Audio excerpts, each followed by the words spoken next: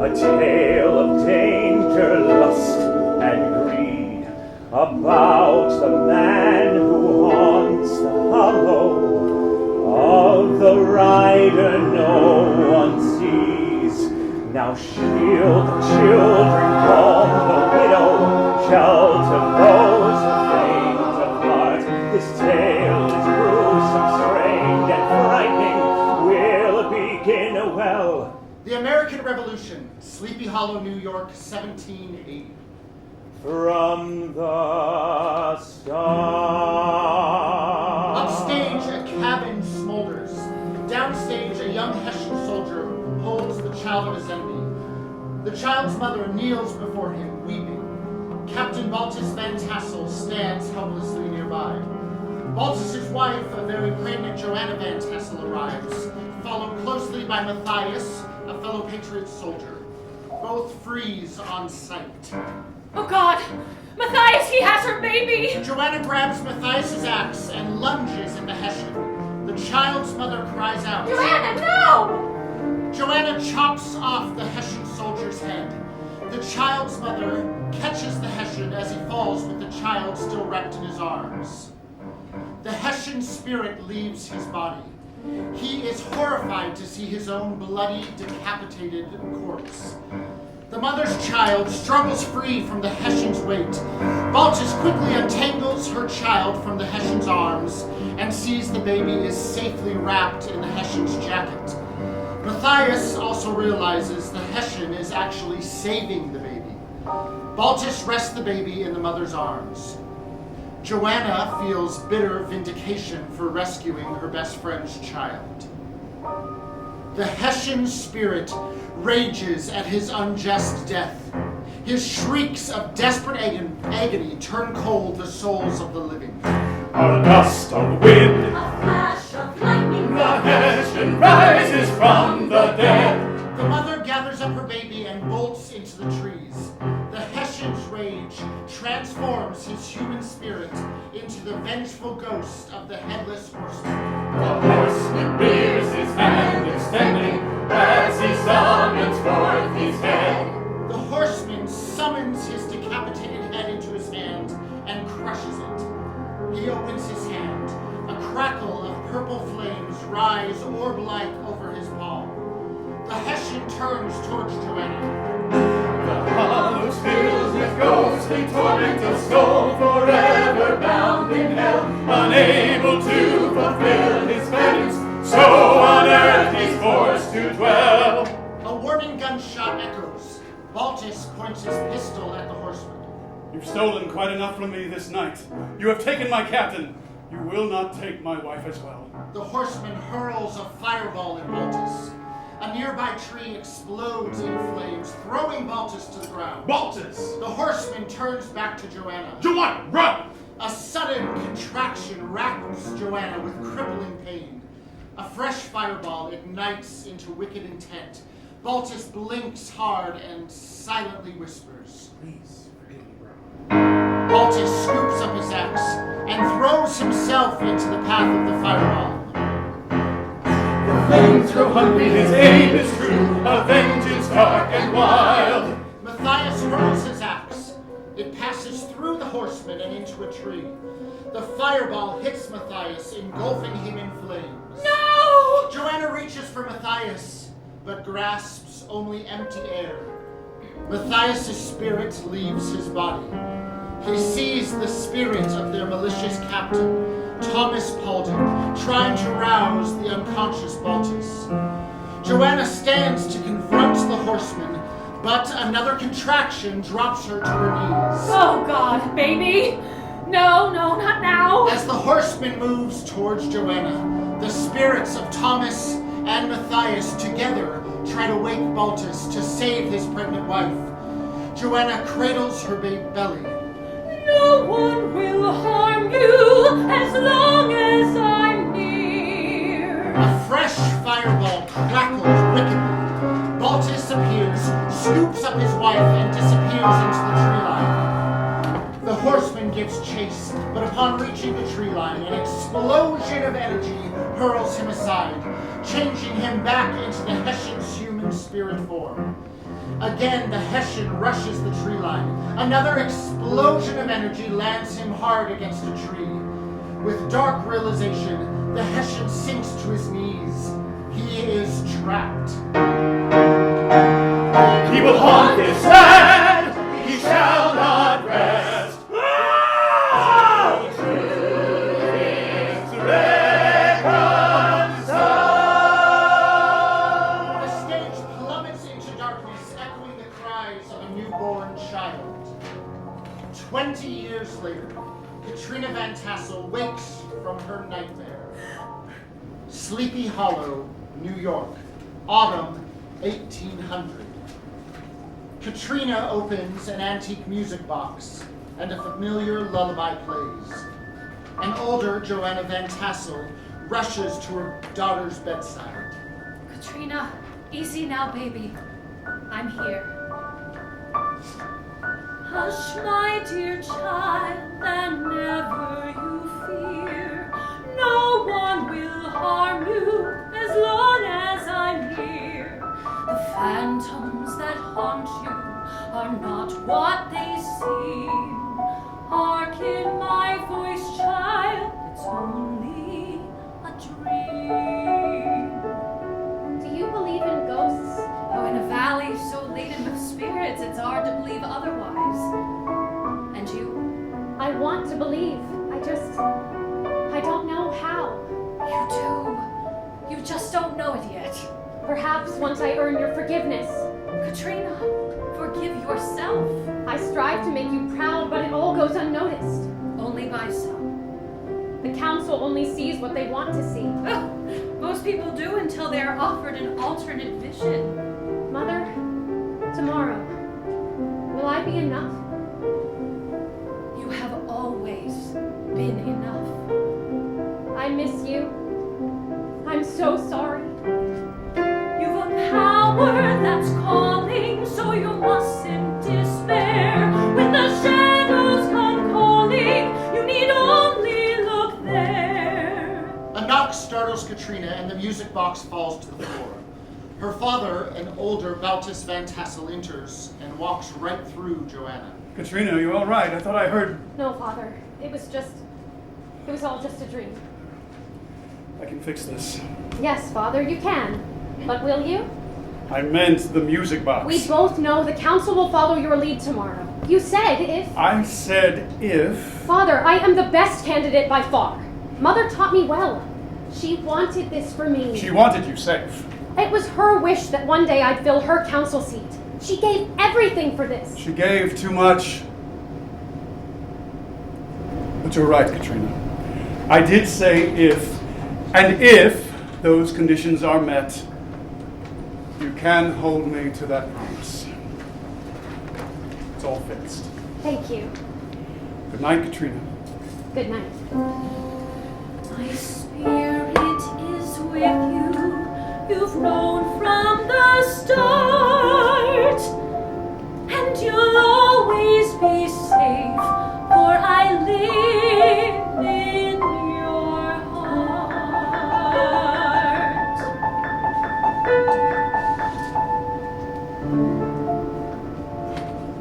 Later that morning at the blacksmith shop, as Brom struggles to tie his silk cravat, the town bell clangs. Brom, the council assembles. What is the delay? It's a stem cravat.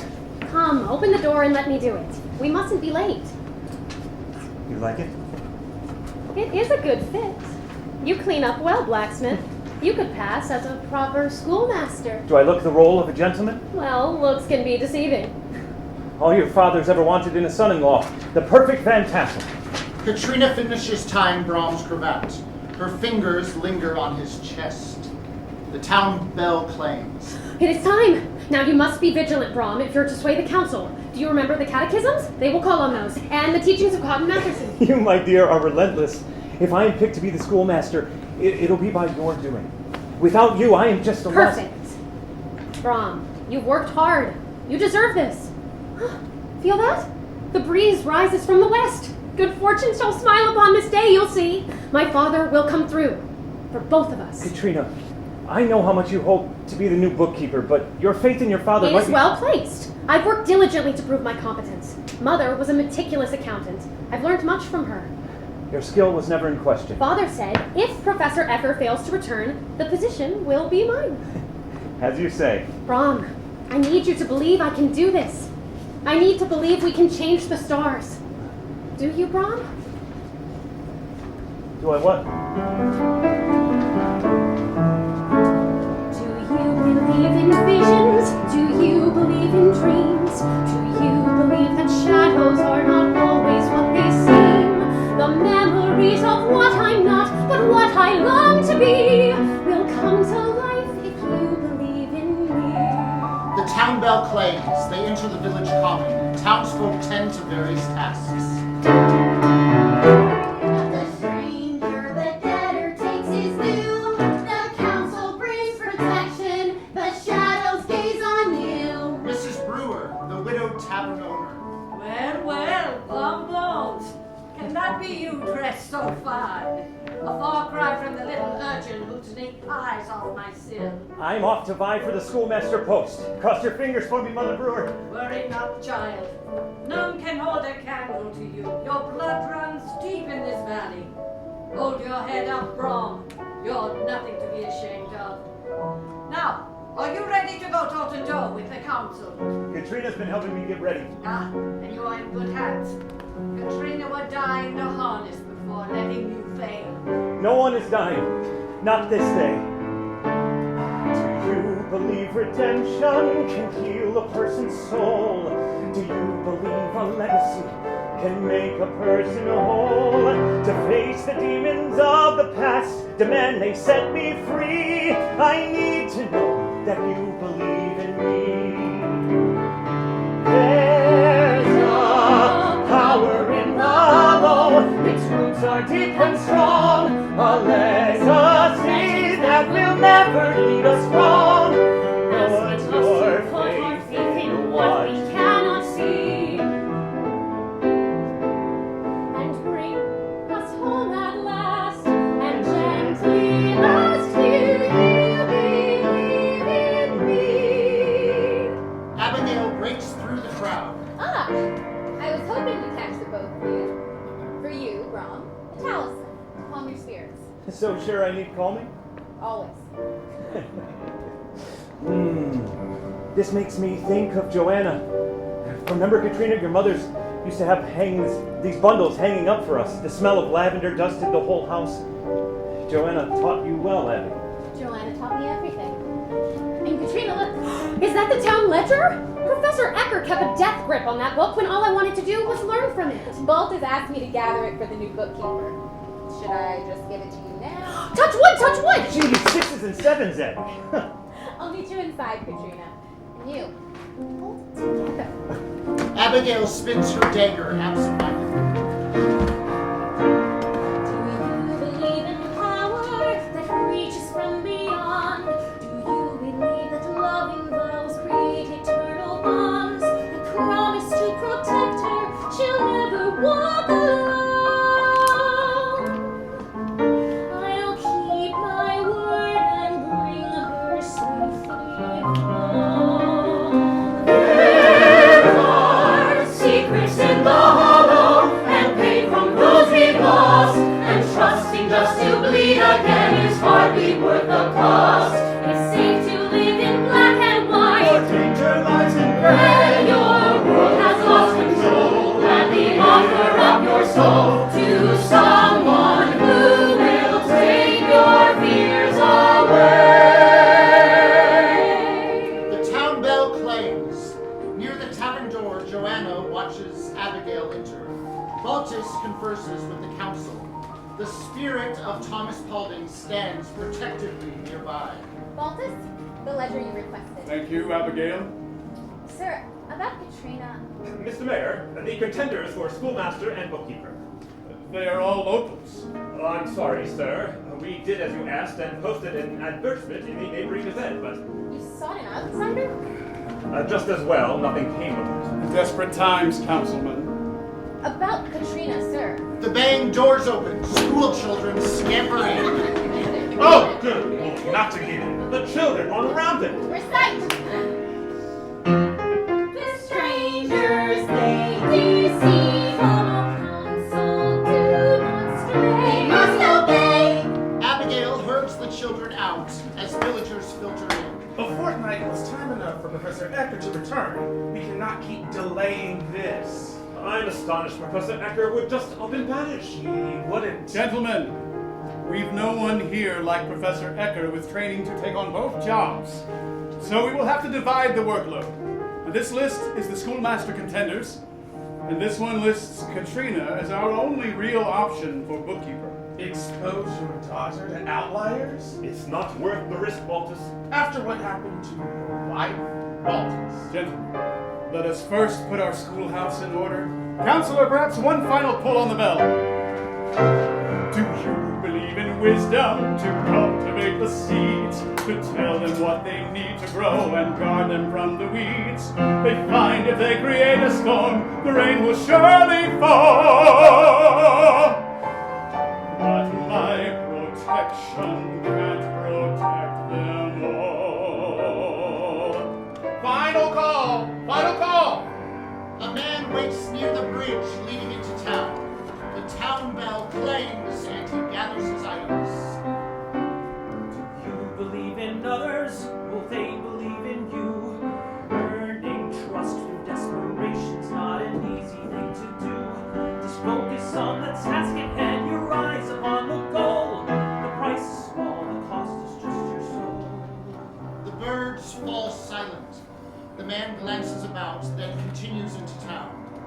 A bedraggled spirit steps from the tree line, watching him. Back in town, the spirits are about their work.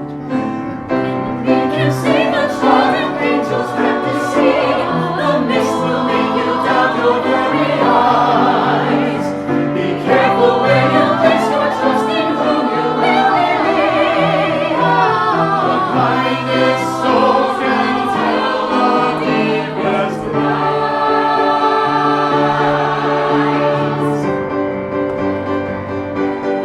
There's all power in our valley. Its roots are deep and strong. A legacy of legends that will never lead us wrong. The spirits are protectors. They never should be crossed. Follow counsel, walk the path, never provoke the horseman's wrath. The tokish disbeliever shall be stripped of all he has. Now, let's see where this path takes us. Do you believe that shadows can forgive you of the past? And those you love will bring you home at last.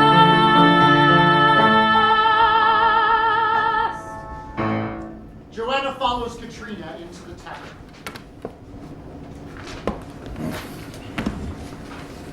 And I've redoubled my efforts to be a scholarly man. As Professor Ecker before us, I'll teach the children to walk in the light of knowledge. Light of knowledge.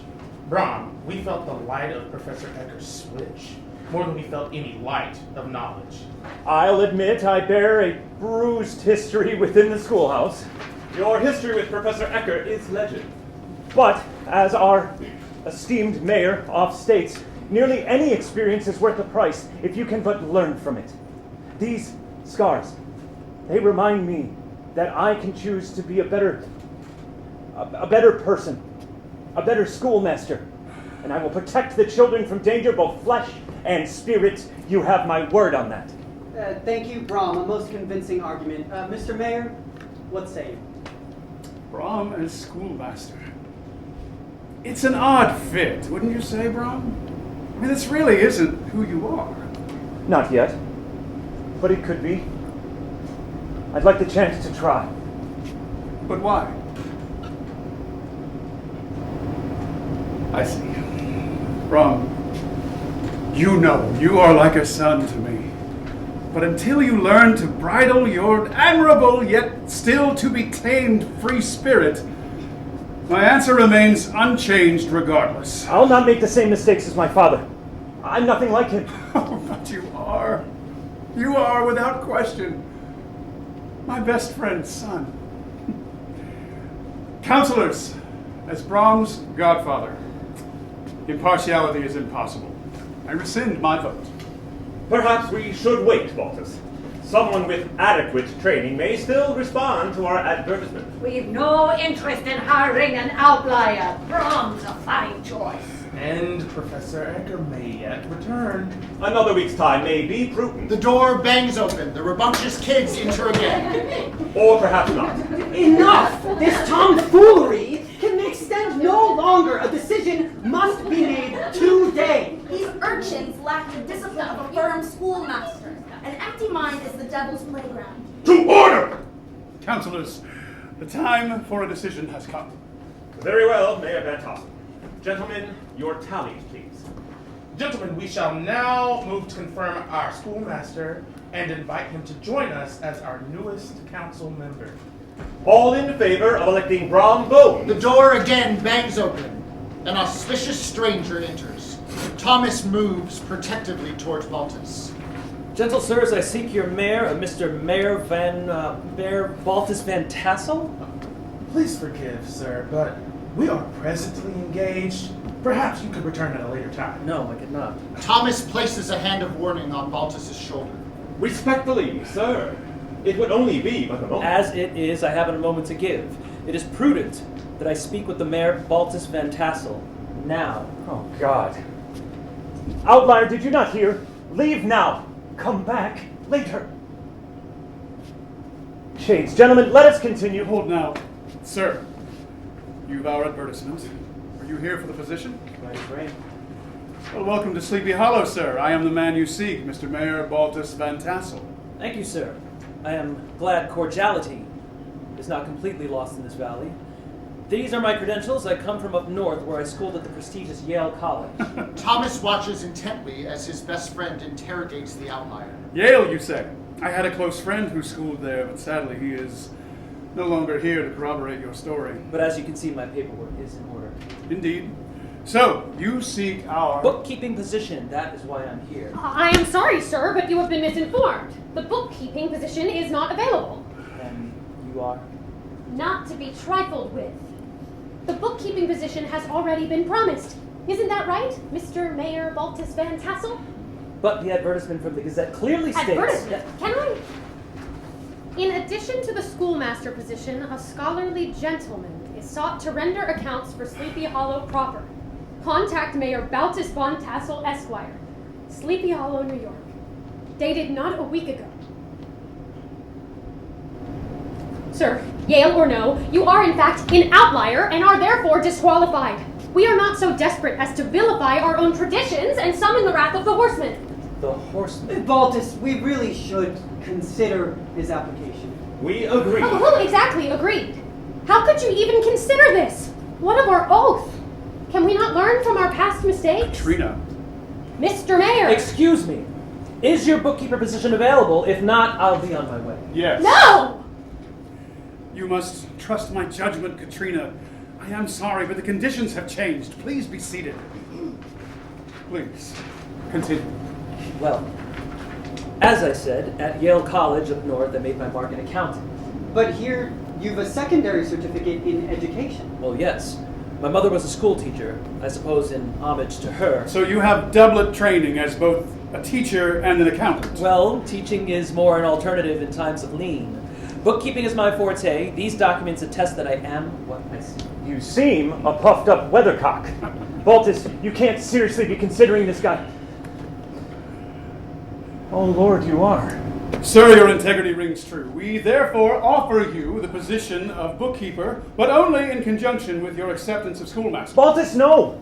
The oath was created to protect from threats such as this. Shades, my father would be rolling in his grave. Matthias would have understood my decision better than anyone. Gentlemen, we know nothing of this outlier. If you find reason to allow this stranger in the midst, then fine. Give this stork-legged cur the bookkeeping position where we can keep our eyes on him. But keep him away from the children. A teacher should be someone you know, someone you trust. Damn it, Baltus, you owe me this. Mr. Mayor, though Brom his connotations are offensive. He is right under one respect. He seems commensurate with these urchins. He should be their schoolmaster, birds of a feather and all. You bloody little prick. As Brom reaches for his axe, a swirl of wind rises. Brom and Abigail draw their weapons, and with Johanna stand protectively before Katrina. Only the outlier is oblivious, focused solely on saving his scattered documents. The crackling energy intensifies. Brom aims his axe at the dark shadow forming in the doorway. Brom, no! Baltus plows over the outlier. For the love. Thomas materializes at the doorway. Brom's axe passes through the shadow and into the doorframe. The wind dissipates. Shades. Mr. Mayor, are these squalls a common occurrence? No, but this seems to be a particularly turbulent season. Sir, your offer is on the table. Baltus, please. Until you learn to bridle your emotions, you tie my hands. Reap what you sow. What I sow? Baltus, are you sure of this? This candidate is by far the most qualified and matches all requirements of both positions. But he's not like us. Yes, it's refreshing, isn't it? Both or neither, sir. Choose your path. Sir, I am humbled with the trust that you placed in me. I graciously accept both positions. Good. Then let us make it official. Council members, please vote. Gracious, I don't even know your name. You don't even know his name? My name is Crane. Professor Ichabod Crane. All in favor of appointing Professor Ichabod Crane, say aye. Aye. Come with me, Ichabod Crane. I will settle you in. As they exit, Baltus gives Ichabod the town's ledger book. Thomas follows close behind them. Abigail returns her dagger to her boot. Never a dull moment. How fare you? Tired. Just tired of the fight. I think he was trying in his own way to protect you. Why can't he just trust me? Perhaps he thinks with trust comes risk. Perhaps he's not willing to take that risk. Perhaps it's not his choice to make. Who exactly are we talking about? Both of them. What just happened? Indeed. The sting of betrayal runs rampant this day. How did I just lose to that weathercock? Shades, Brom, do you not see the consequences of your actions, or do you simply not care? Katrina, of course I care. I just don't want a man around you any more than the children. I don't trust him. Stop treating me as the child you rescued from the hollow. That professor needs to be taken down a few pegs. Shades, I need air. The virility in this room is suffocating. Katrina. Brom, leave her be. Even angels have their demons. You know that better than most. Abigail and Katrina exit. Johanna follows close behind. Baltus gives Ichabod a tour of the village, with Thomas never far off. The town bell clangs. Sleepy Hollow was settled by Dutch colonists. Many can trace their roots directly back to the original she merchants. Sea merchants? No, she merchants. She as in female.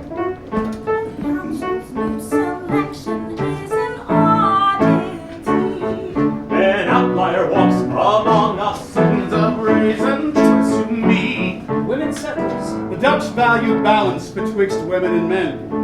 The best merchant was the best merchant, regardless, although everyone knew the finest trades were off women run. Indeed. He's handsome, he is horrid. They'll have to wait and see. The council thinks him safe. That is proof enough for me. We will trust our trusted counsels and watch bitterly. We shan't forget our dignity. But when New Amsterdam became New York, our customs were lost. Patriarchal rule became law, with all rights given to husbands, uncles, even And sons. women lost everything. Ichabod bumps into Katrina and Abigail. Perfect. They didn't lose their fire. Burning trust, mending lives, building bridges, chasms wide, finding faith when your lamp is burning low. Don't complain, just comply. Trouble comes when asking why. For a cage teacher sings a sad melody. Maybe she just wants to be free. My pardon, miss. Allow me to offer my deepest apology. He kisses her hand. Quite bold for a stranger. Are we not all strangers until an effort is made? This is the man you would entrust with the children, Father? Father! Mr. Mr. Mayor, I offer you my deepest apology. I had no idea. Your apologies are stacking waist deep, Mr. Crane. Professor Crane. Mr. Crane, our rules are emphatic. Outliers are not to be trusted, and yet my father finds justification for you. Why is that, I wonder? You hardly look significant to me. Katrina has forgotten her manners. Daughter, an apology. I am truly sorry, sir, that you have become entangled in this web, for it is always unfortunate what happens to the fly. Oh, what did you see? Disrespect, bravery, your mother through and through. Must run the west, not so fast. Oh, what's a father to do? Your daughter, she does have fire. So like her mother, Johanna wouldn't blink an eye toward any who thought her too ambitious. Strong women don't dissuade me, sir. My Boston-born mother shared that same independent spirit. He is forward, he is backward, but it seems he's here to stay. Indeed. Tell me of your family, Ichabod Crane. Oh, there isn't much to tell. I never knew my father. He died in the war, and my mother, well, his death was very painful for her. She ceased any mention of her. We never stayed long in one place, always a new schoolhouse. He seemed to be sincere.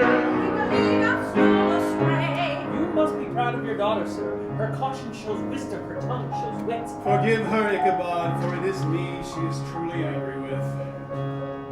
But it is for her own safety that I chose you over her. Safety?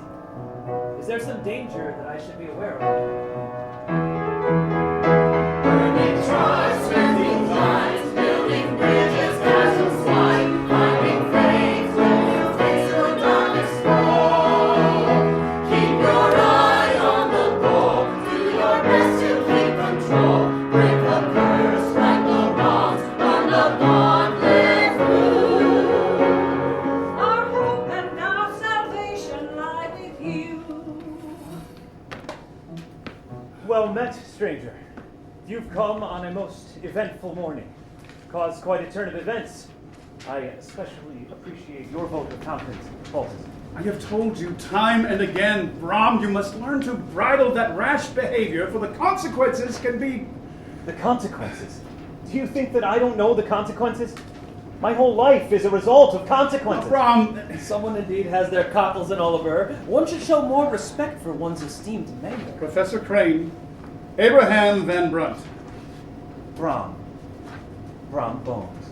Brom is our blacksmith, and a finer artisan you ne'er will find the valley round. The local smithy, your time couldn't be any better. And yours couldn't be any worse. My horse needs a good brush and feed. I'll add a shilling to see my saddle shining by noon. I suppose one must admire his spirit. Such gumption to attempt to rise above his status. But an ox will never be a thoroughbred, no matter the costume he wears. Come, Professor, we must get you to the schoolhouse. Smithy, it is most urgent that this letter be delivered to my constituents up north to inform them of my decision to stay.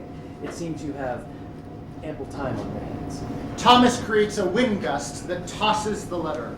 Baltus picks it up, reads the envelope, and then hands it to Abigail. I shall have Abigail enlist our personal courier post-haste.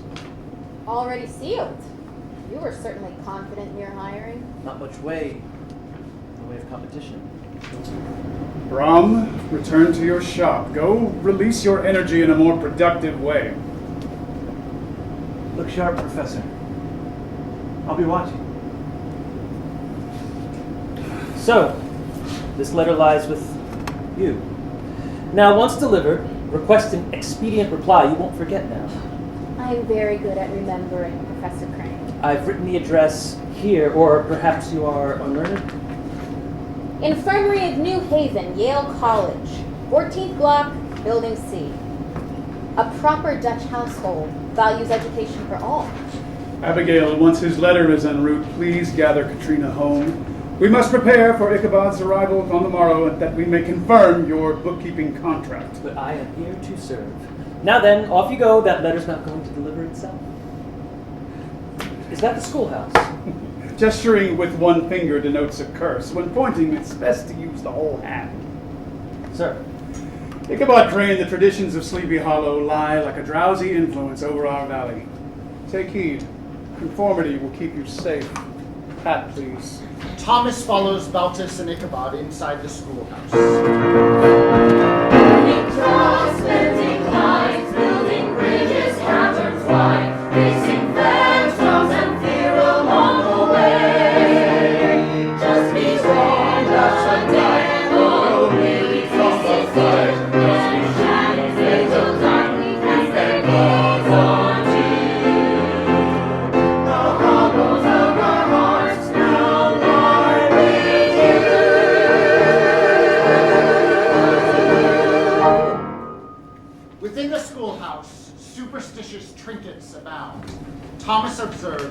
thoroughly entertained by Ichabod's bewilderment. Prior to Matthias's death, this was the Van Brunt's home. The attached bedroom serves to quarter our teachers. Now, with regard to lessons, these books have been approved. Cotton Mather's History of New England Witchcraft. It's a valuable resource. I am surprised you haven't heard of it. Oh, I've heard of it. Please keep this. I don't believe in ghosts. Oh, Professor, trust me when I say that matters little, for they believe in you. Ours is a valley rich with restless souls and tumultuous spirits. Tumultuous spirits? We all have ghosts, Ichabod, some more visible than others. Come now, better the devil you know than the devil you don't. Indeed. And here is our primer, which includes our daily catechisms, a standard vocabulary and arithmetic. How archaic. My mother had these. Foolishness is bound up in the heart of a child, but the rod of correction shall drive it from him. Good Lord, it's even underlined. Yes, this was Professor Ecker's personal copy. Now, lastly, history. This book has seen some rough times. As have we. This book is our testament, our legends of Sleepy Hollow penned over generations. With the latest entry, it was just 20 years ago. It's a ghost story about 3 patriot soldiers who lived and died like brothers. Now, this does sound intriguing. Signed, Baltus Van Tassel. You wrote this? Heed well the advice on avoiding our headless horseman. Again, this headless horseman. Pray tell, what is this folly that holds such sway over this town? The ghost of a young Hessian soldier who lost his life during the war. But the war buried many soldiers. What makes this Hessian soldier any different? He was beheaded one night whilst rescuing his enemy's child from a fiery death. He now hunts the man who wrongly killed him. What does he want? Penance, revenge, rest, perhaps all 3. This seems more than a simple ghost story to you. Just pay it no mind. You don't believe in ghosts. Give me a reason to. My militia captain, Thomas Paulding, was the child's father. Both Thomas and Brom's father, Matthias, died along with the Hessian. The strain sent my wife into early labor, and she delivered Katrina that same night. My mission now is to keep my daughter safe, and upon my life I will not hesitate to eliminate any who challenge. Are we understood, Ichabod Crane? I question the wisdom of anyone who would try. I'll review this story for tomorrow's lesson. Good lad. We shall meet again on the morrow at my home. Latch the door behind me. Perhaps a candle in the window soon. You told me they were quirky, but this is beyond the pale. Beware this. Watch out for that. Avoid the paths after dark, lest the headless horseman run you down. This task will be simple. The lady was right. They really should know better than to leave the broken pieces of their lives so exposed. Like lambs to the slaughter. A piece of superstition, a piece of shattered dreams, kaleidoscopes of colors bright and gray. Do the pieces make you whole? The pieces that are full of broken memories that you rather didn't stay. Do it quick, and this soul just goes away. This piece, it speaks of family. This piece, it speaks of love. Histories of the ties that tightly bind. But binding causes pain. A steady storm of pouring rain that can choke your soul and fester in your mind. Do it quick and you can leave this soul behind. It is good to be unburdened. I'm glad to stand alone. No need to fill the emptiness, it's all I've ever known. It is good to be objective, it comes from knowing why. It's good to know the difference between legends and the lie. Thomas creates a wind gust that flips the pages of the history book. I believe the Hessian is somehow trapped here, still trying to bring the child safely home. I believe he seeks revenge for the reckless actions of a man who took his life, Matthias Van Brunt. A wise man wisely said, the ends will justify the deeds, and the virtue of the goal will right the wrong. think about the pieces, or what the pieces mean. They cut as they drift along. A lonely hill overlooking the Hudson. Katrina takes the music box from her pocket and opens it.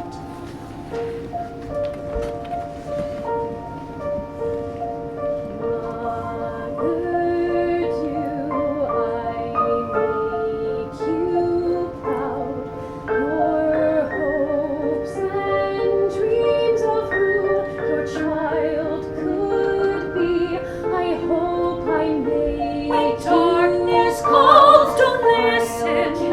I'll help you carry forth your dreams, your legacy. It rise within my heart, I'll guide you. You are never alone. I'll bring you home. Just trust your heart. Brom slips behind Katrina, wraps his arms around her, and kisses her neck. Hello there, stranger. What's this I hear? A secret rendezvous with a stranger? An outlier fantasy, perhaps? My lady, there are rules against that. Let's break a few rules.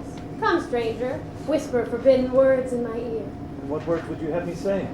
Perhaps something like, go ahead, Baltus, and hire the outlier as bookkeeper. Katrina, please. It's time we call spades on this. We both know your father would have never actually given you that job. I have worked day and night to prove my competence. And I've told you, your competence was never the issue. But you meeting alone with an outlier merchant, Baltus would never allow it, nor should he.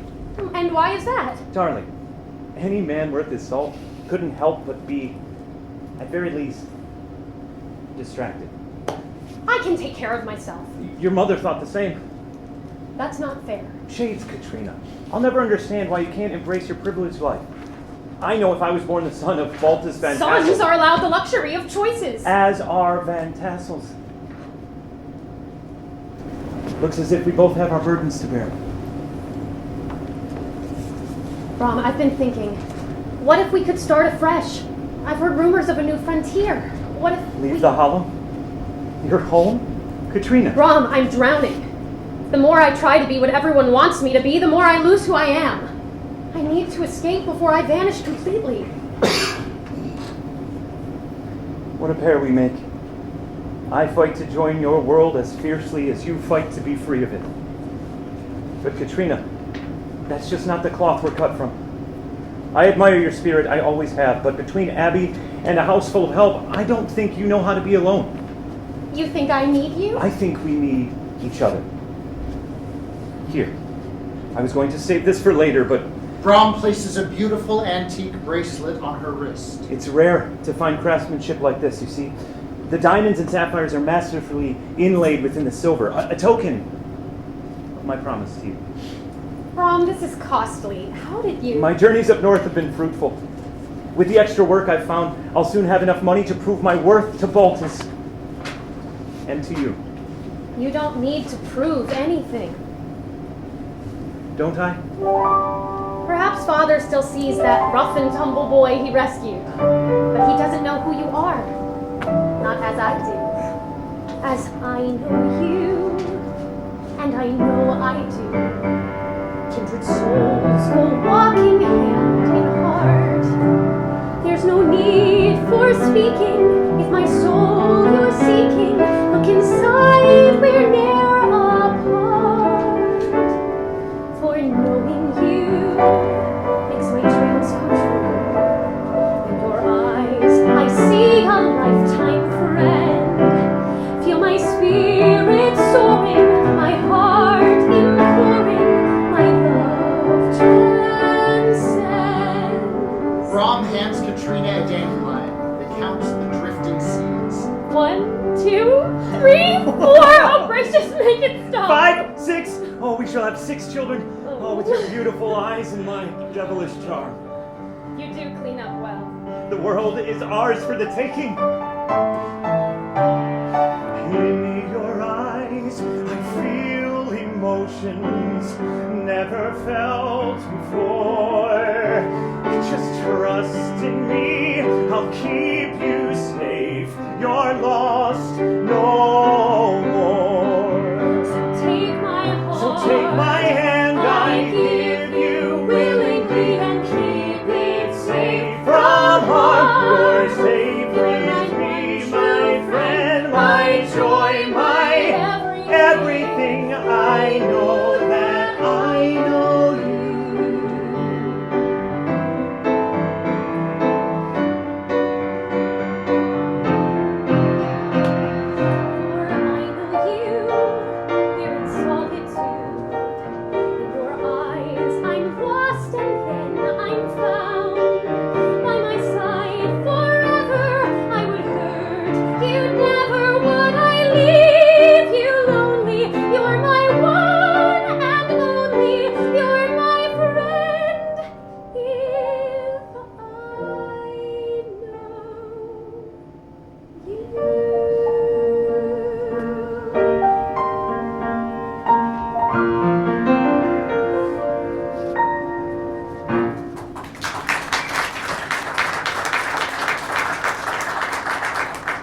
They kiss just as things start to heat up. Good afternoon, Fred. Abigail. Seems I found that courier just in time, eh, Brom? Courier? Just something with the outlier. Come, Katrina. We must hurry if we're to clear the hollow before nightfall. I could have brought her home, Abigail. Yes, you absolutely could have. Yes, here I am. And for that, Abigail, I am grateful. Indeed. What would I do without both of you? Ooh, careful there. It almost sounds like you need us. Now then, shall I visit you on the morrow? If you'd like. Take care of her, Abigail. Keep her safe. Always. Brom watches them exit, then glances at the sun, weighing how much time they have left. Katrina and Abigail walk home. Abigail spins her knife, then hands it to Katrina to practice. Abigail is a master. Katrina is improving. Brom's already back in your good graces? Forgiveness comes quickly as it's late. I know I should hold his feet to the fire, but Abigail, he's so driven to change his stars that he becomes blind to the scorched earth he leaves behind. It's easy to act freely when you know someone else will clean up the ashes. Brom was never allowed the privileges we've had. The least I can do is overlook what are probably just annoyances on my part. They are just little things, after all. When I see the consequences brought about by little things, I wonder if perhaps there are no little things at all. I'm sure your mother thought bringing a child into her home who others consider property was just a little thing. Not a little thing. I gained a sister that day. Her only request was to protect you when she could not. I take that promise to heart. I hope my choices please you. Katrina, we still have a bit of time. Let's share the events of the day with your mother. The girls enter the graveyard. Johanna is there. It couldn't have been easy for her, Abigail. Yet Mother succeeded, even thrived. People admired, not rebuked her, determination. I wish I knew her secret. As it is, my status falls just below that of complete stranger. Katrina, it's not over. Not yet. The outlier is not inking the bookkeeper contract until tomorrow. You've still got time to convince Baltus. But how? I have tried everything from bartering to begging. Have you tried simply speaking to him? I no longer know how. There was a time when we were close, but now it always ends in contention. Try this. You want me to poison my father? This is chamomile. Johanna taught me to gather and brew the blossoms for tea. It was her secret with your father. Add a touch of honey to bring out the sweetness. Couldn't hurt to try. And if that doesn't work, could we instead poison Professor Crane? Katrina takes out the music box. I wish I could have at least said goodbye. I want more than anything to prove I have her strength. Prove to who? To myself.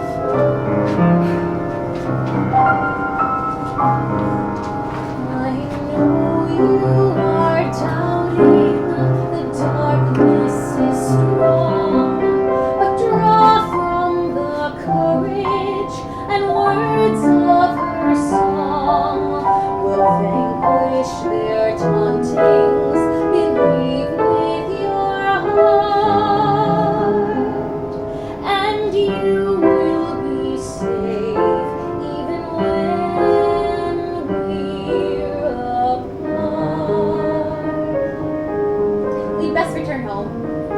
I love nights such as these. The veil between worlds seems softer by starlight. The stars shine even when you can't see them. But they burn brightest at night because that's when you need them most. Good night, Mother. I'll start fresh tomorrow. I will make you proud. My darling baby girl, if you could just believe, you would see you hold the power to save us all. Indeed, you're the only one who can. You've a power that's calling, so you mustn't despair. When the shadows come crawling, you need only look there. My spirit is with you. You've known from the start that you'll always be safe, for I live in your heart.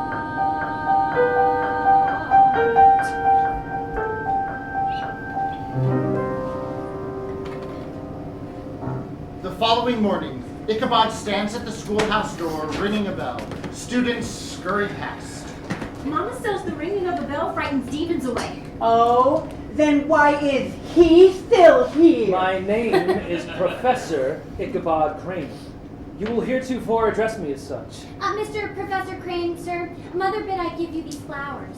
They will bring you wisdom and patience. I already have wisdom and patience.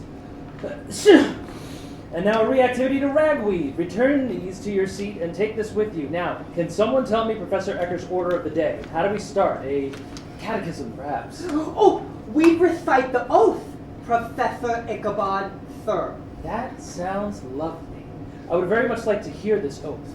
Proceed.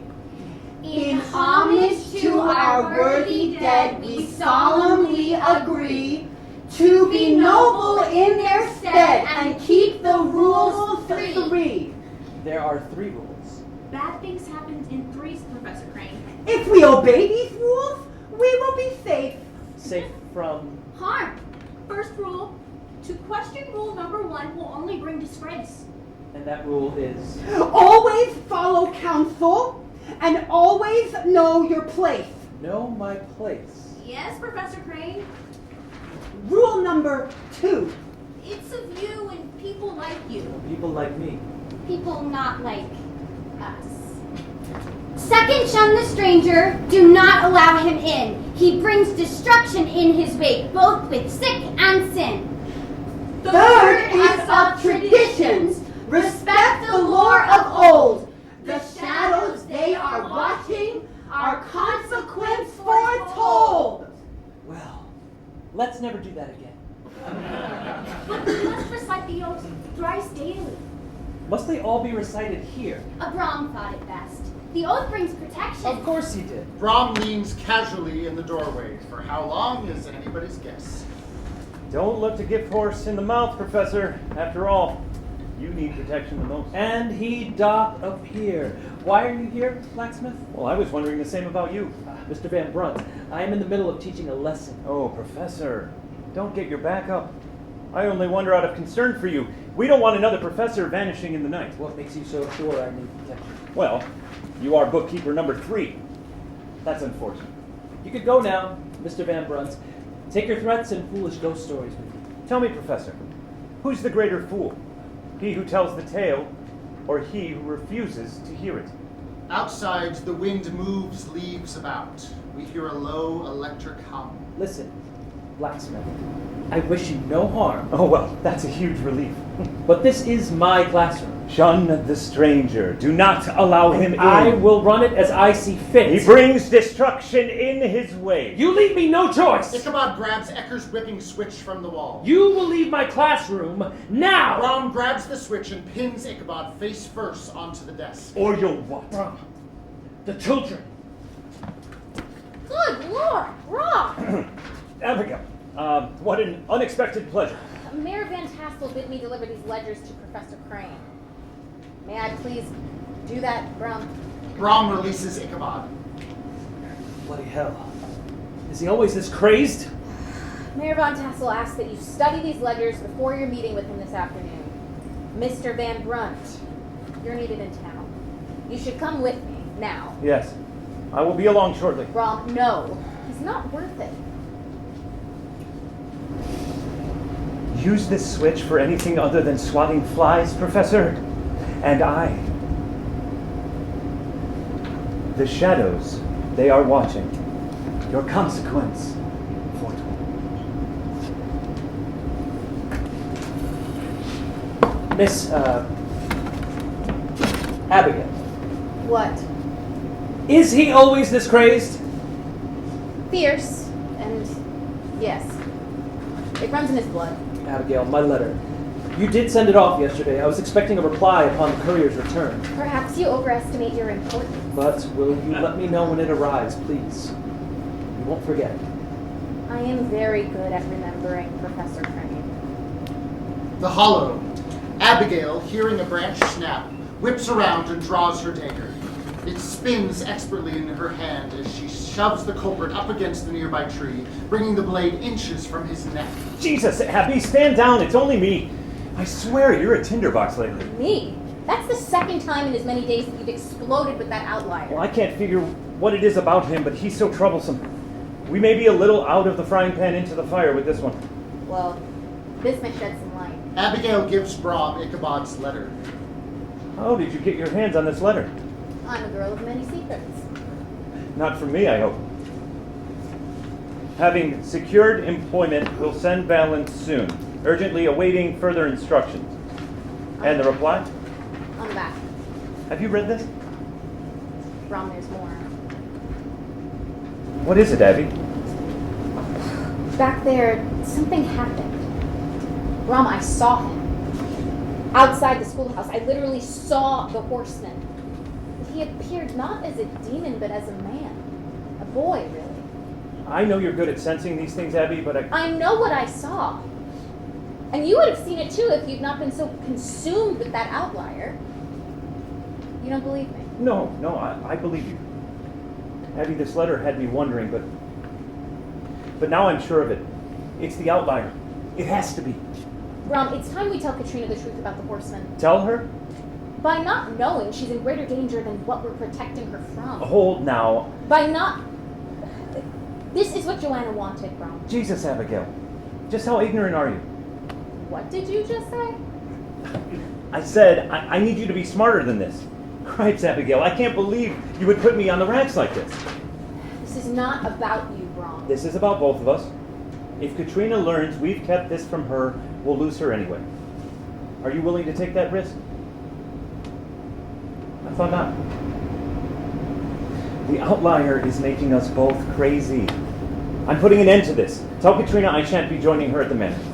We're doing this tonight? I see no point in waiting. I'll meet you at the bridge then.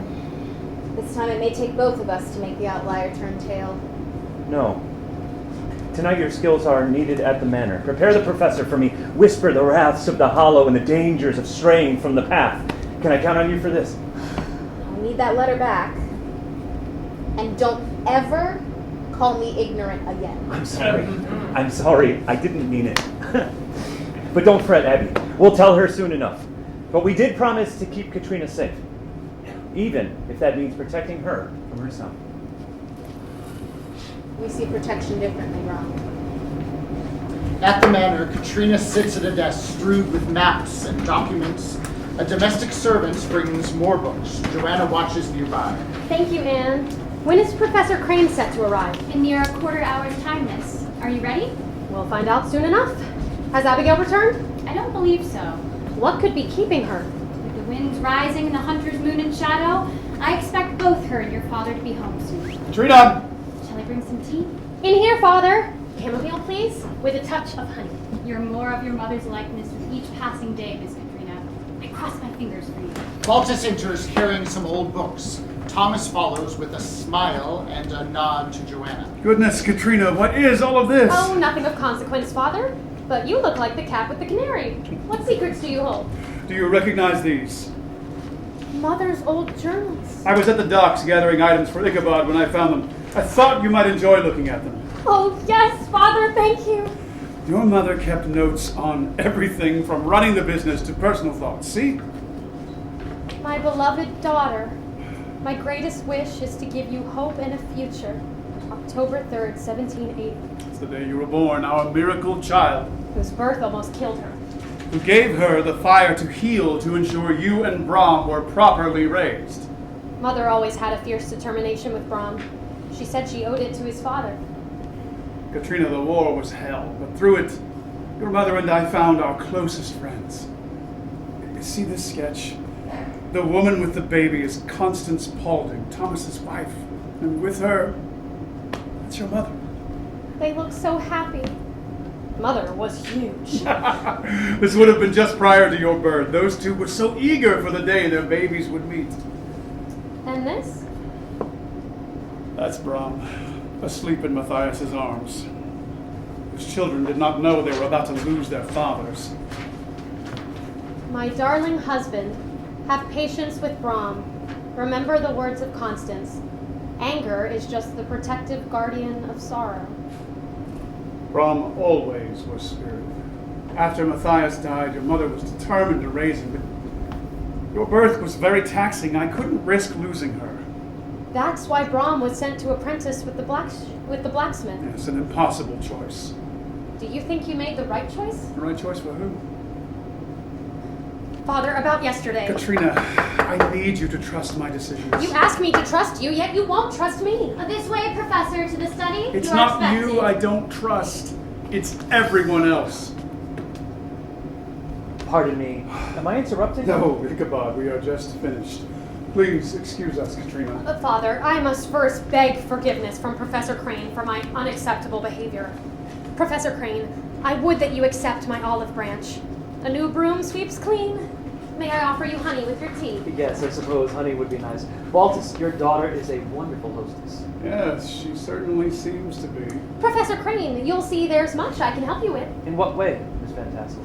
To start, there's many among us who still consider you two-shied shay of the devil. But perhaps together we could find something to quell their concerns. I fear that would be asking too much of you. A challenge to be sure, but we should at least try. And Father, we should appoint Professor Crane our guest of honor at Kermis. No, it's our annual Dutch harvest celebration. By the light of the harvest moon, we gather to cleanse our valley for the year to come. Such a feast. And dancing? I don't dance. Well, then, more time for introductions. Miss Van Tassel, I do appreciate your enthusiasm, but I work best in solitude. Everyone needs a friend. Do they? Katrina, thank you for making an effort, but we must now turn to the accountant. To which I could also be of significant help. Look here, Professor Crane. I've sketched this map of the hollow for you. As bookkeeper, you will need to visit the local merchants. I've marked their farms here and here. Nothing of consequence, Katrina? I sincerely thank you, Miss Van Tassel. These maps will indeed be most helpful. Ichabod reaches, but Katrina arm blocks him. Ichabod notices her bracelet. Thank you, sir. Where did you get that bracelet? I beg your pardon? That bracelet, so exquisite.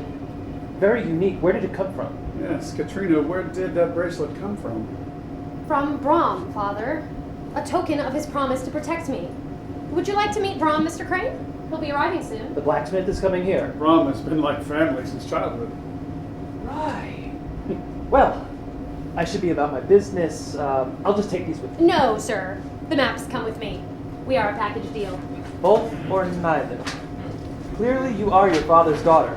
I think we can all recognize that with your training and my knowledge of the hollow, a business partnership would be advantageous. Katrina. Father, it is for his own safety. He does not yet know the dangers of the hollow. We don't want to lose another professor to the night. Why do people keep saying that? And now that I have Mother's journals, I can incorporate her practices and follow her lead just as she intended. Katrina, no. Father, these journals prove Mother's intent was for me to become more than a wonderful hostess. Yet somehow I'm in the wrong for even questioning. Enough. I will not be cornered into complacency under the guise of protection. I will not lose you too. There is more than one way to lose someone. Excuse me, perhaps I should go. No. Katrina has forgotten her place. My place? Ichabod, take these maps and my wife's books. I couldn't. No! He cannot have them! They rightfully belong to me. Apologies for my late return, Katrina. Katrina, what is happening here? Abigail, is Brom with you? No, He's what? he won't be coming to see you tonight. The books, Katrina. Mr. Van Tassel, it's okay. Johanna's journals. How did you find them? Baltus? Not now. You have my assurance, miss.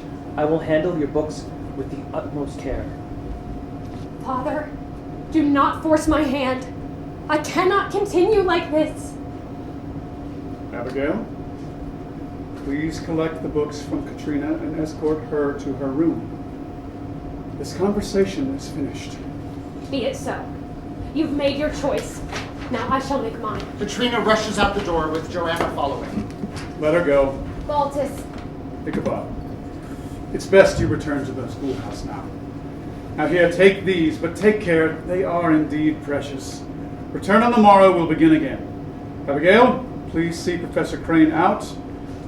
Perhaps a lantern? And look sharp, Ichabod Crane. The moon will not reveal her light to you this night. This way, Professor. They move to the foyer. Thomas stays behind with Baltus. Will she be all right? I've just received this letter from our courier. I believe it's the reply you've been waiting on. Yes, thank you. Not the news you were expecting? Fair to middling. Oof. Dogs be howling. Bad omen. Not a fit night out for man nor beast. Dogs always howl at night, Abigail. As you say, you bear a closer likeness to them than Why I. do you hold such disdain for me? I owe everything to this family. I will always protect them from those who would bring harm. And you assume to judge me as harmful. All cats are gray in the dark, Professor Crane. I'm curious to see what color you are by morning light. But first you must survive the night. Your time is better spent attending to Miss Van Tassel. It's she who needs comfort this night, not I. Then give back Johanna's books. I'm afraid I cannot do that. I'll not break my employer's trust. I'd best depart before the weather turns. Abigail selects an oil lamp for Ichabod and covertly pours out most of the oil. A word of advice, Professor Crane. As you pass the graveyard, do not breathe in, lest you carry the spirits into your soul. When crossing the bridge, do not breathe out, as to awaken the demons of the river. And lastly, hold your breath as you pass under the threshold of your door. You want me to hold my breath for how long? You believe you're above such notions, Professor Crane? No, I'm just rather fond of breathing. I would keep that foremost in your mind tonight. Abigail! Katrina! Abigail rushes to Katrina's bedroom. The windows swung wide open. Katrina's gone. It's near twilight when Ichabod enters the hollow en route to the schoolhouse. Such a peaceful valley. No matter how they taint it with their ghost stories.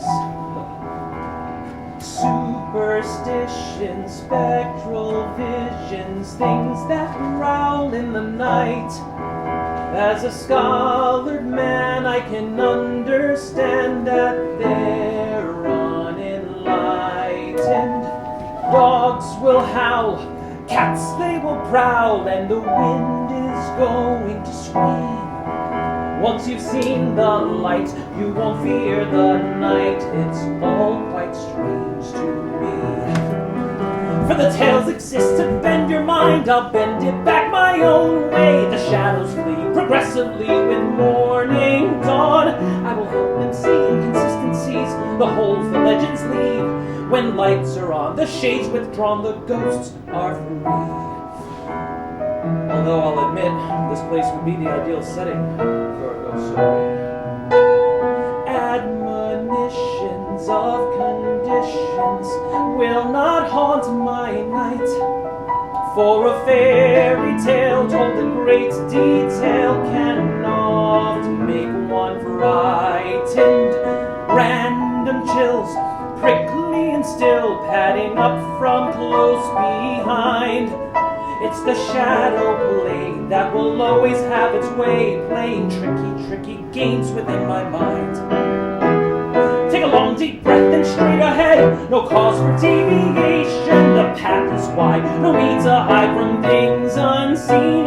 For a crinkle here and a rustle there are summarily disposed. Heaven forbid there's something hid within the grove. The lantern flickers, choking on the last of its light. Night is falling, screech owls are calling the creatures of the night. What was once so clear slowly disappears, and doubts are running high. Hold your breath. What was the rest? Never hurts to be too safe. With my fingers crossed, I'll hurry, rush across, except I'm somehow stuck in place. Come on, Ichabod, you can do this. You don't believe this madness. Just one small step, do it again. Good boy, let's go. I feel the stare. Is there somebody there? Do I really want to know? Don't lift your eyes, no, I surmise the danger starts to grow. When out of the shadows creatures start to rise, then whisper their words of warning. I think it might be wise to assess with different eyes. Believe in your wildest dreams. When heart beats fast, each breath might be your last. What's that? It's the ghost regime. I've given, I concede. I've chosen to believe. It's the prayer that I do. For the ghosts believe in you, and the ghosts do believe in me. As Ichabod enters the graveyard, his lantern snuffs dark. A large shadow materializes. We meet again, Professor Crane. What are you doing here? Are you alone? And if I am? My job will be that much easier. Tell me, Professor Crane, now do you believe in ghosts? You're no ghost. In this valley, you can never be too sure about what you see or what you think you see. To be sure, it's a whole different country after the sun goes down. And you turn into a bloody lunatic! We did it! Oh, we fooled them all! I am very impressed with your act, Ichabod. I didn't know you had it in you. Well, you were right. This Professor Ecker confected pie crust accounts. Anyone with proper training could easily crumble them. No, I'm too far forward. Back. We're from. Brom, what can I say? You just bring it out in me. Oh, Professor Ichabod Crane, it's so perfectly you. It almost makes up for not taking the job. Perhaps I should have gone lighter on the credentials. Yeah, but to see those stiff-rump councilmen cajoling over credentials that don't even exist, hand to God, I'd lose to you all over again. You know I'm actually a Yale scholar. I think you need to actually finish school to claim that. Once this arrangement is complete, I'll return and finish. Yes, of course you will. And I'm sure it'll be much easier for you to focus on your studies once your mother is in the clear. That's the plan. Because it's all riding on you now. Easy, Brom. My iron is already in the fire. I'll play my part. We've both a lot riding on this. And hasn't everything gone as I said? Just keep them watching this hand so they don't see what the other hand is doing. When people see what they want to see, the job unfolds so easily. They need a prince. A prince appears. A prince appears. And no one wonders why. When you say big words, your speech is grand. They'll eat complacently from your hand. They're none the wiser. A trap is set. Now it's time to pay the debt. So you have Ecker's ledger. You were right. This Professor Ecker confected pie crust accounts. Anyone with proper training could easily crumble them. This poor town has been duped for years. Don't lose focus, Ichabod. Our need far exceeds theirs. It's the same missing money, now just lining a new set of pockets. Paper bleeds my little. Our web has now been spun. And if no one sees just what we did, is it ever really done? Once our goals are justified, the means outweigh the tools. It's easier to win the game when you write the rules. When you dance with the devil, your steps must be concise. You must choose a clever partner. Oh, flattery, that's nice. When you drink with the devil, be sure your mug is clean. Present a proud and noble heart. They'll think you lead, they'll think you're smart. We'll fool the fools, it's going brilliantly. The devil's not so bad if you can keep him under key. So, how will you explain your sudden wealth? Well, I've been up north. I consider throwing dice to be work. But most people really don't care where the money comes from, just that you have it. Otherwise, it's return to your sharp blacksmith. They say patience is a virtue, but more often it's a vice. They treat me like a peasant. Well, that's not very nice. I know, but when I'm wealthy, they will see who is up and who is down. We'll split the coin between you and me. And I'll slip back.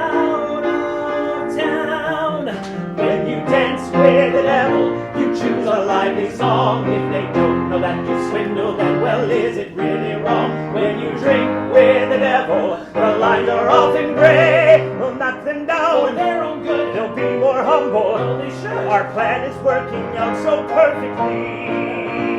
The devil's not so bad if you can keep him under key. So, how fared your meeting tonight? Eventful. Baltus was fine, but your girl Katrina, she made things more complicated. You could have warned me. By your accounts, I was expecting someone more complacent. Yeah, she's a spitfire, that one. It's not her fire that concerns me. It's her intelligence. Which just gets her into trouble. The sooner she accepts her boundaries, the easier her life will be. Lucky for us, we don't have to face the same facts. Otherwise, this would seem rather hypocritical. It's better than having to make choices that might compromise her character. Not like us, right? If you love someone, you do whatever it takes to protect them. But I hardly have to explain that to you. I defer my own morals to protect Katrina, just as you do to protect your mother. Those are two completely different things. Are they? Don't fool yourself, Professor. Your secret runs as deep as mine. And relax, Ichabod. There's no judgment here. It's admirable how far you'll fall to keep your mother alive. Those doctors demand payment, and you have found a way. You and I, we are noble in our quest. We sacrifice to protect those we love. You know for them it's better not to know what they don't know. That's why they call it innocence, you see. Look into those trusting eyes, see the weakness that there lies. They'll wait for us to lead them, you and me. We do what we must. You and me. For when you dance with the devil, learn to stay 2 steps ahead, or you'll find the fool is just the one that's in your head. When you drink with the devil, be sure your mug is clean. Sure your partnership is tight. Be sure your ducks are lined up right. We fool the fools. You're right, you helped me see that the devil's not so bad when you're attacked. Don't let you. For the devil's not so bad, we'll work together. When you're dancing with the devil, trust your partner. That's the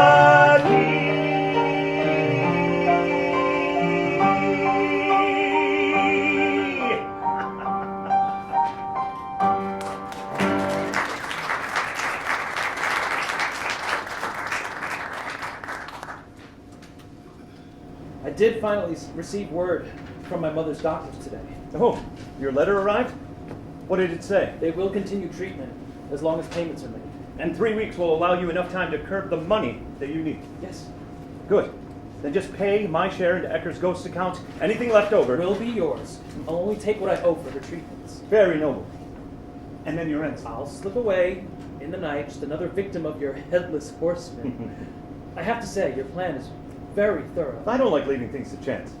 Loose ends make knots. Shall we then discuss the loose end that sits upon your beloved's wrist? My mother's bracelet. You lost that bracelet to me fair and square. It was a desperate situation. The dice were not kind to you that night, but I was. A lesser man would have not offered you a way out. And for that, I'd give you the lion's share of the return, but I will need that bracelet back. That bracelet was fake. Poorly forged out of cut glass and tin. Hardly worth arguing about. It's one of the few things my mother kept from before the war. She will forgive you. Desperate times, Ichabod. I could never forgive myself. Fancy this. If all goes to plan, in 3 weeks, I'll get it back for you. How? Oh, I can be very persuasive. Just ask Professor Ecker.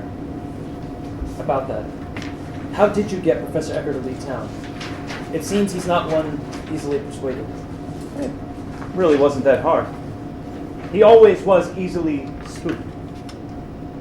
You chased him out of town. You actually scared him away. Everyone has their ghosts to wrestle with. Professor Ecker was no different. I confess I'm not surprised. They almost had me believing in their silly superstitions. Stay the course, Ichabod.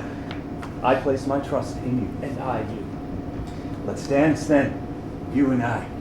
The town bell clangs midnight as a cloaked figure slips into the darkened schoolhouse. Inside, glowing embers shadow the sleeping Ichabod. The intruder quickly gathers Johanna's books from the desk, then picks up Ichabod's letter and moves near the hearth's light. Your debt is of much concern. Send payments immediately to avoid a lapse in care. Stand down, thief! Ichabod tackles her and the books scatter near the hearth. Katrina scrambles free to save her books from burning. Get Ichabod off grabs me! her and pulls back her hood. Oh, shades. Miss Van Tassel, I'm sorry, I didn't... No, my journals! Ignoring her burning hands, Katrina grabs the books and smothers them with her cloak. Ichabod helps gather loose pages. He wears only cotton breeches tied by a worn drawstring lying low on his hips. Katrina sits near the hearth, exhausted and broken. I am sorry. Why did you have to come here and ruin everything? Miss Van Tassel, that was never my intention. You can't even let me leave in peace. Leave? Are you going somewhere? Yes. Where? Away. Just away. I hear your judgmental thoughts, Mr. Crane. Do you? This brassy, impudent girl, what does she know of actual hardship? Judgment falls on equal shoulders, Lady Fair. My thought was, what backed you so far into a corner that escape became your only option? Up you come. The floor is no place for a lady. As Ichabod takes her hand, her fresh burns sting, and she stumbles into his arms. See, she is acutely aware of his bare chest, but also his eyes reflecting real concern. Ichabod is equally caught off guard and moves aside to slip on a shirt. It's cold in here. Perhaps a fire. Now then, let's see if we can't salvage these. They were your mother's? Did she leave them when she... Died. She died. Sorry. When? Near 8 years ago. I was 12. Did she fall ill? No. She died because of me. That's a lot to take on. Mother was our town's bookkeeper. That night she was to meet some outlier tradesmen. I loved to watch her barter, so I pestered her until she conceded. Her meeting ran late and a storm was rising. Mother suggested we race home to beat the rain. Brom had just taught me speed race riding and Mother knew I loved it. She chose the fastest route, through the graveyard. We were almost through when the storm hit. The rain blinded me. All I saw was a flash of light and a shadow. The horses spooked and bolted. I only remember falling. Brom found us. Everything changed that night. Katrina, that is hardly your fault. If I had only stayed home. Ichabod retrieves a picture of a young couple, his parents. My father died when I was an infant. I never knew him. My mother, she dedicated her life to raising me. She is so young and beautiful. Somehow familiar. Lost in the memories that fade to gray, longing for dreams that drift further away, searching for comfort that slips from my grasp. These are the lost, lonely places of my past. My mother always saw the best in me. All I ever wanted was to make her proud. And do you make her proud? I don't know how to answer that question.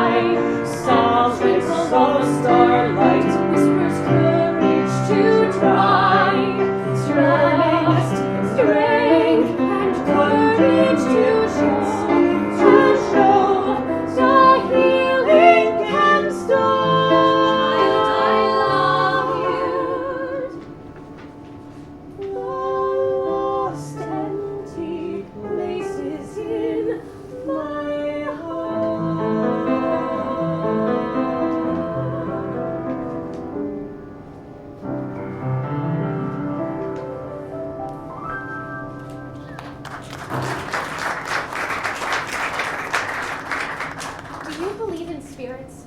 Not ghosts, per se, but loved ones on the other side who guide your path? No. Not in the way you do. But then you have a reason to believe. Reasons that run generations deep. I don't have that, so ghosts don't bother with me. They want to bother with you, but you need to allow them in. Well, this would be the perfect place for it. Your father's right. This is a valley rich with tumultuous souls. The wind through the trees, it seems a desperate whisper. You hear it. What do they want? Father calls it the aria of regret. A soul so wrought that even death cannot silence the pain. You believe the dead carry memories of those left behind. Feelings transcend and connect us. It's the unyielding bond that keeps those who love us close. I admire your conviction. I hope you are right. I have to be. My mother is in these books. I couldn't leave without them. Miss Van Tassel. Katrina. My friends call me Katrina. Katrina. Perhaps I can help within one book in particular. This book may be too far gone, but this one, yes. This book accounts your family's personal finances. I doubt Professor Ecker even knew existed. It'll be perfect for your training. My training? I'll speak with your father. This account is separate from the town ledgers, so there'll be no need for you to interact with those undesirable outliers. I don't know whether to be horrified or to dare to hope. Hope! Hope is always better. It's always the better choice. He gathers some wet rags and gently wraps her burnt hands. Now, I must insist that I work alone on the town accounts. You mustn't press me on this. Why would you help me? Perhaps honoring your mother. I can also honor mine. Ichabod gives back the journals, leaving the burnt one on the floor. If you need someone to talk to, I'm here. Thank you, Mr. Crane. Please. My friends call me Ichabod. You have friends? Yes. Ichabod, I'm sorry about before. I was just so angry. Anger is just the protective guardian of sorrow. It is now water under the bridge. I'll call off the dogs and help Brom see you the way I see you. And how do you see me? Kind. Compassionate. And you think Brom would see those as good qualities? Brom is a good man. Perhaps a bit rough and tumble, but strong. Determined. You should get to know him. Before long, you two could be thick as thieves. Well, for now, let's focus on returning you home safely. Now, according to your book, one shouldn't walk the paths of Hollow after dark. Well, look at that. One can be taught. Better the devil I know. Ichabod picks up the cotton mather book. Katrina flips through the pages. See here. A hood of green will cloak your path. And this. Troubled spirits cannot cross o'er flowing water, lest they be carried back to hell. So a cape and a bridge will keep you safe. We know if we heed these rules, the spirits are bound and cannot harm us. I was unaware spirits could read. Katrina, I don't know how to protect you from this. I don't need a protector. I need a friend. Well, that I can do. Ichabod offers a lantern as they step into the clearing. Look at those stars. They seem brighter on the nights such as this. Katrina, let me get my wrap. I should escort you. No, thank you. I want to. I need to do this for myself. Godspeed, Katrina. A wise man wisely said the ends will justify the deeds, and that the virtue of the goal will right the wrong. But is the goal the destination, or what lies in between? He places the burnt journal on the mantle. Katrina returns home lost in thought. The snap of a branch brings her around as the shadows and sounds of the horsemen start to materialize. On starless nights, show me the light. Oh, help me. Katrina stumbles. The lantern breaks. Within the dark silence, we hear panicked breathing and the sound of a flint striker igniting. In candlelight, she rises, unaware the Hessian stands behind her. She turns and freezes. He steps towards her, and she bolts through the thicket into the cemetery clearing. She turns, drawing her knife. Show your face, demon! You have no power here! Stand down, Katrina. It's only me. She rushes into Brom's arms. Shh. No. You're safe. Brom, you rogue! How could you frighten me like that? Protecting you has become a full-time job. Where were you? I needed you tonight back at home. Trust me, tonight you needed me here. Why are you out at this hour? Well, I could ask you the same. Isn't it a bit late for house calls? Brom. You can't hold my hand in town, yet I watch as you enter that outlier's room in the dead of night. Gracious, Brom, how long have you been out here? You're just lucky it was me. Think of the scandal. Well, now I am intrigued. Just what do you think I was doing? Well, perhaps I should go back and ask him. No, Brom, leave him be. I learned something of him tonight. We needn't be wary of him. Sometimes I envy your innocence. Shades, Brom. If you must know, tonight at the manor, Father gave Professor Crane my mother's journals. I was not going to leave town without them, so I snuck into... Leave town? Well, yes. But then Ichabod convinced me to stay. If anyone was in the wrong, it was me. Ichabod? Professor Crane, of course. Ichabod. Why, Brom, are you jealous? Well, you never snuck into my bedroom at night. Well, you do have me there. Oh, Brom, whatever am I to do with you? I am clay in your hands. Brom sees the burns. Shades. I take my eyes off you for one moment, and this is the best he could do? His lily-white hands don't know the first thing about playing with fire. Here, I know a thing or two about burns. Katrina, I know you want to trust the professor, but I tell you, the fox is in the hen house. It's me you can trust. You know me better than anyone. And knowing you makes my dreams come true. I am sure you have my best at heart. Through your roguish spirit, there's a voice. I hear it calling out. I shan't depart. As I know you, I'm in gratitude for the times you understood my fears. For my heart is reeling, justifying feelings there that must be true. For I believe in you, you'll keep me safe if I know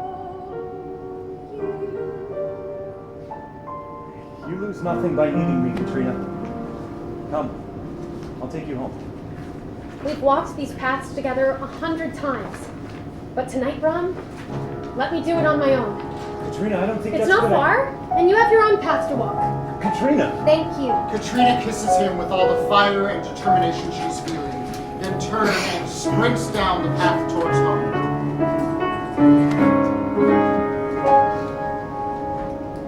The shadows that obscure my path, I cast them now behind me as I step upon a path I've never known.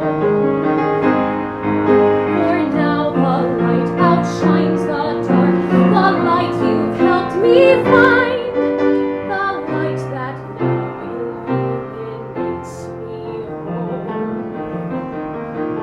To know that you believe in me to do this on my own brings comfort as I hold your steady hand.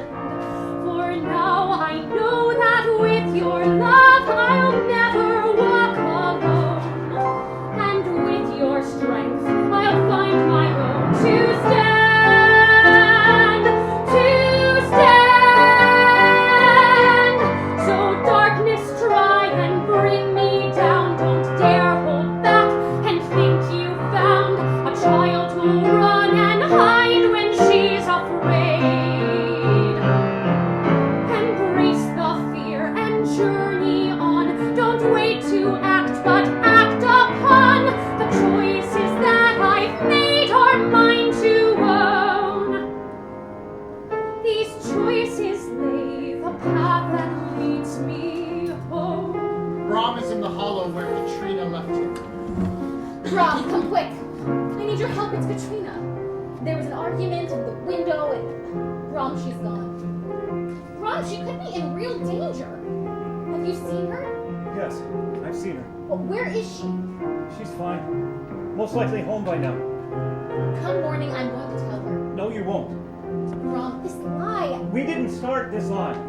This isn't about Katrina, is it? Don't use her as a weapon against Baltus. And don't suggest I would. You can stop this, Brom. Talk to Baltus, and together you can break the curse. Why would I want to do that? To free Katrina. Free her from who? As long as we protect her, she needs us. It's a delicate balance, Abigail. So we understand each other. Nothing changes. Don't you trust her? Of course I trust her. I just trust myself more. The darkness rides within my soul when he says love but means control. A danger I see grow each passing day. But more deceitful in the end is she who claims to be her friend, who sees the cliff but doesn't stop the fall.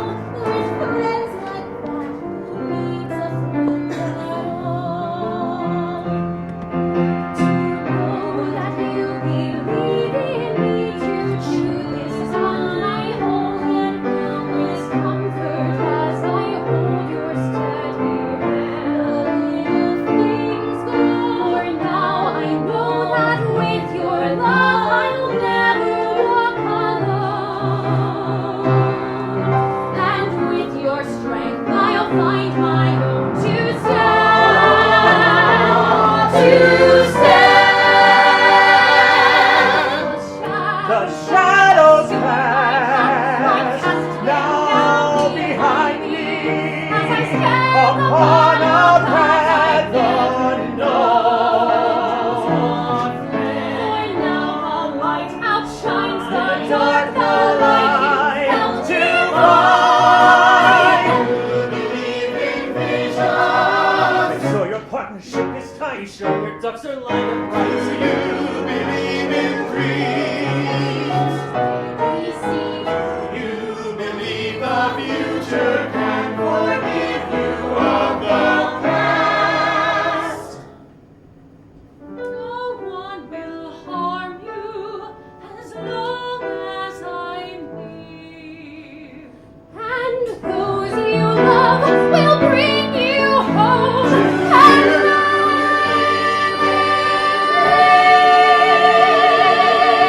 rest.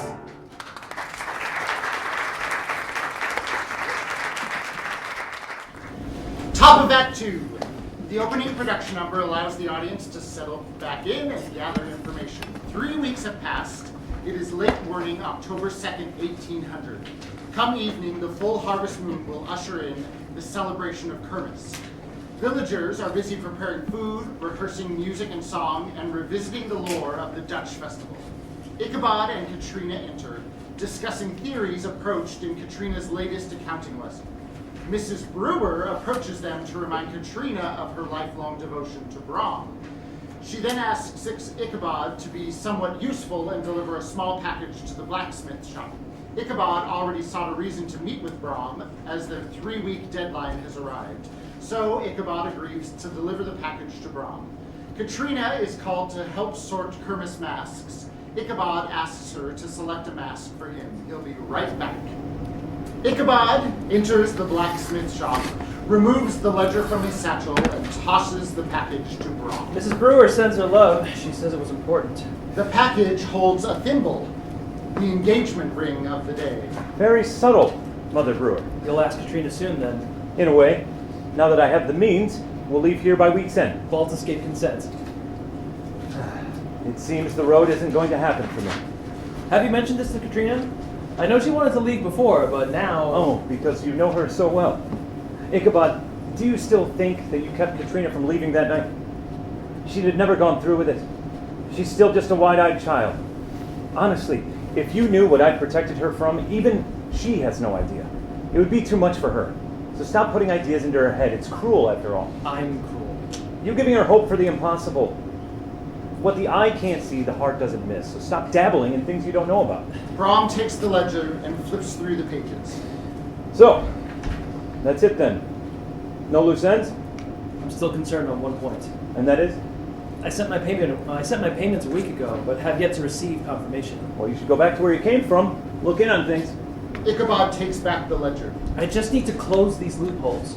I can't leave them exposed like this. And couriers are hardly reliable, I'm sure. You are losing focus, Ichabod. Our deal was just a means to an end, and you have reached that end. But think, Brom, the festival is tonight. It would cause suspicion if I were to just up and leave now. You are getting too attached. Think of your mother. I'm thinking of my mother's bracelet that still adorns Katrina's wrist. Your stubbornness is irritating. Just buy her a new bracelet. Why is that one so important? It was a gift from my father. The only keepsake she has of him. Everything else was lost in a fire. I won't leave without it. So while you go retrieve it, I'll restore the books. I can then leave knowing this town will never again be vulnerable to the likes of us. Be careful where your loyalties lie, Professor. I know who you really are. Do you? Because I have lost sight of it. The shop bell chimes. Ichabod slips the ledger back into his satchel. The town bell clangs. Well then, Smithy, I'll use small words so you can understand. You haughty little weathercock! Why must you boys fight so? If you but take a moment to look, you may find you share more than you know. Oh, that angels may weep. Ichabod, please tell the council I'll be along shortly, and Katrina has something for you in the common. For me? Well, isn't that nice? I'll be there in 2 shakes. I have a few loose ends to tie up. Will that order be ready by noon, blacksmith? By midday. Latest. Abigail, did the courier perchance? No, Professor. Is there something I can help you with, Ichabod? No, sir. Now then, Brom, I hear you finished repairing my sword. An elegant weapon. Bears the mark of West Point, I see. Yes, it belonged to Major Thomas Paulding. My father's commanding officer. The one who died in the fire? Our best friend. Paulding's sword. How did you come by this? I found it long ago amongst the ashes of their home. I'd hoped to return it to Constance and her boy once we found them, but they continue to elude us, don't they? Baltus, it's a fool's errand. Even if finding them would break the curse. But Brom, we may be closer than you think. The bracelet on Katrina's wrist, she said that she received it from you. Now, how did you come by it? Well, don't tell Katrina, but I won it throwing dice in a tavern up north. Why? I know that bracelet. It's one of a kind. I was there the day Thomas commissioned that very bracelet for his wife. I need you to think back. The man you won this from. Do you remember what he looked like?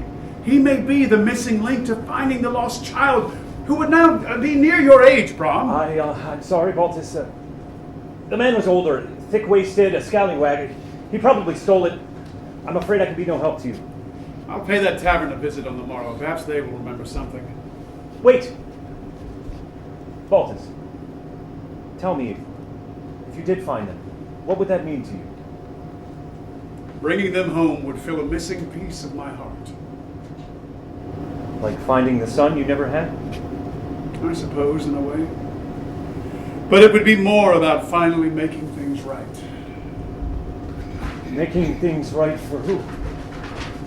Brom. The town bell clangs. It's the council. I must go. Please tell Katrina I'll be along straight away. Baltus takes the sword and exits. I'm sorry. It's not going to happen. I don't think Baltus meant it to sound that way, but you've got nothing to worry about. I won't allow it to happen. Abigail removes Ichabod's recent letter from her pocket. Allow what? The horsemen shall ride again. Tonight. Brom. Just don't! If our friendship ever meant anything, you'll go now. Get ready. Meet me at the bridge. We'll ambush him there. You don't mean Professor Crane. He brings destruction in his wake. It won't work, Brom. He's already convinced half the town the horseman doesn't even exist. Respect the lore of old, then we'll prod those non-believers back into the fold. Brom sets his axe on the counter. Go get Ecker's head. Brom, you're sick. Desperate times, Abigail. Not that desperate. Is that so? Tell me, Abigail, given your unique status in this town, Would it be especially tragic for someone like you if it were to be discovered that you had a hand in Ecker's death? It was an accident, you know that. Believe me when I say that no one will care. Brom slips the axe into his burlap sack. Give me until 1/2 then you give a performance like your privileged life of freedom depends on it. And then what, Brom? What happens to Ichabod? Well, let's just say the fetid calf gets to live another day. Abigail slams the letter on the counter. After this, no more. You'll see. Brom reads the letter. We transition to the village common, buzzing in anticipation for Kermis. Musicians practice as villagers review dance patterns. Thomas and Johanna observe as the council distributes masks. Abigail slips silently into the hollow as Ichabod approaches Katrina. Miss Van Tassel, did you need me? Your mask, as promised. It's beautiful. Thank you. So is it the dancing you spoke of? I haven't forgotten.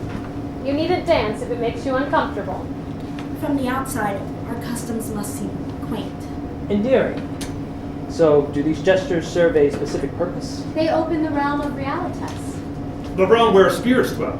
And during Kermis, the veil of reality thins enough to vanquish wayward spirits. Ihm Dons van Maskers. The dance of masks. I feel like I should be taking notes. Ugh, this dance is archaic. Can we just add a little vigor? Truly, the spirits will be driven away by boredom. Professor Crane, how do they dance up north? Well, there are cotillions and the minuet. But Mayor Van Tassel, would you allow Professor Crane to teach us a new pattern for tonight's festival? Oh, I think not. Oh, perhaps a compromise? Ichabod, could you gently weave your modern ways with our ancestral patterns? Perhaps.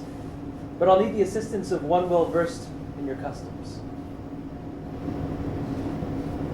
I said I didn't dance, not that I couldn't. You're just one surprise after another. When could you teach us? Sooner rather than later would be best. Ichabod places his satchel on the bench. Shall we? But a storm is rising. The storm's not here yet. There's still time. The music builds as Ichabod teaches alongside Katrina. Soon the whole town is dancing, oblivious to the rising storm. Brom rises and watches from the shadows. Do you remember when Johanna taught you and Katrina to dance? That was a very long time ago. We'll come back. Why don't you join them? Well, I'm just here to give you this. You're needed at the dock. It's odd. This shipment shouldn't arrive until tomorrow, and in this weather. I'm only the messenger. Very well. I'll return soon, but hold the fort for me, Brom? Of course. Katrina and Ichabod take a breather. You made this village smile again. Thank you. I hope it stays this way. Why wouldn't it? People change. Sometimes right before your eyes. What's wrong, Ichabod? Katrina, there's much about me that you don't know. I wish to know more. Be careful what you wish for. Professor Crane, there you are. I have forgotten that one part where you hold your partner snug and spin and spin. Go. We have time. Ichabod is swept into the thick of the merriment. The winds are rising. Oh, Miss Van Tassel, a shipment just arrived, but the courier needs a sign-off. Do you know where Professor Crane is? Oh, he's in there somewhere, but let's not trouble him. Katrina removes the ledger from Ichabod's satchel. But Katrina, should you really Oh, please, Charles. My marks outrank yours in mathematics. This is hardly a challenge. What is it? Are you sure these numbers are accurate? Yes. The courier is fresh from the boat, but he must leave on the tide, so unless there's something wrong... No. Here, this mark will suffice. Worry not, Charles. All is in order. Go send the courier on his way, and I'll keep this for Professor Crane's records. Thank you, Katrina. But let's keep this between us. Your father would have my hand. Ichabod sees Katrina immersed in the ledger. Katrina looks up and they lock eyes. Oh, God. Abigail stumbles in. She carries a burlap sack stained with blood. The horseman has returned. He's taken his vengeance. We must. Oh, Abigail, you're cold as ice. What happened to you? Where were you? In the hollow. He has returned. Who has returned? The headless horseman rides. He seeks his revenge. Come, Abigail. There must be someone...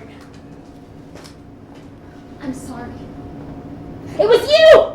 The outlier brought this upon us. Shun the stranger! Abigail. I warned you all. Outliers are not to be trusted. Where's Baltus? Abigail, look at me. Now what happened? What did you see? In the hollow. Professor Ecker. Professor Ecker is back. Brom, it's Professor Ecker. He's back. Shit. Abigail, Katrina, what's happened? The shadows, they are watching. Brom! Stop him. Don't let him escape. What? We knew his arrival was suspect, but now, hold him, counselors. Easy, Abigail. Now, what have you discovered? Here, let me look. Oh, be careful. Mercy! Each of you, shield your eyes and bow your heads low, lest you feel the wrath of the horsemen. None should bear witness to the empty gaze staring back at me from the head of Professor Nicholas Ecker. Brom, what did you do? Build a pyre! Gather kindling! The remnants must be burned to The the only way to cleanse Professor Ecker's soul. No, we mustn't wait. Let the cleansing begin now. I can only stay off the horsemen for so long. The villagers scream Never wood an and ally. flasks of Only oil. ourselves. The fire is off to light. Brom will save us. Save us. Katrina. Hush now, Abby. Breathe deep. Don't talk. Good girl. Katrina, bring her here. I've a poultice to calm her. Johanna materializes and whispers into Abigail's ear. The outlier! He's the cause. Yes, Charles, bring some rope. Brom, stop this. You cannot Brom be serious. strikes Ichabod hard in the gut. And a gag. Thunder sounds as the villagers gag and bind Ichabod. Brom, enough. We must stop this frenzy. Abigail, find my father. Katrina and Thomas stand protectively between Ichabod and the mob. My friends, stop this. This is not who we are. She has been tainted by the outlier. I warned you, child. Easy, Katrina. We'll handle it from here. He broke the rules. We pay the price. The horseman's vengeance must now be satisfied. Enough! He is innocent! Innocent. Him. Hardly. Brom, Ichabod doesn't understand any of this. He's become entangled in a story he doesn't even know. You're right, Katrina.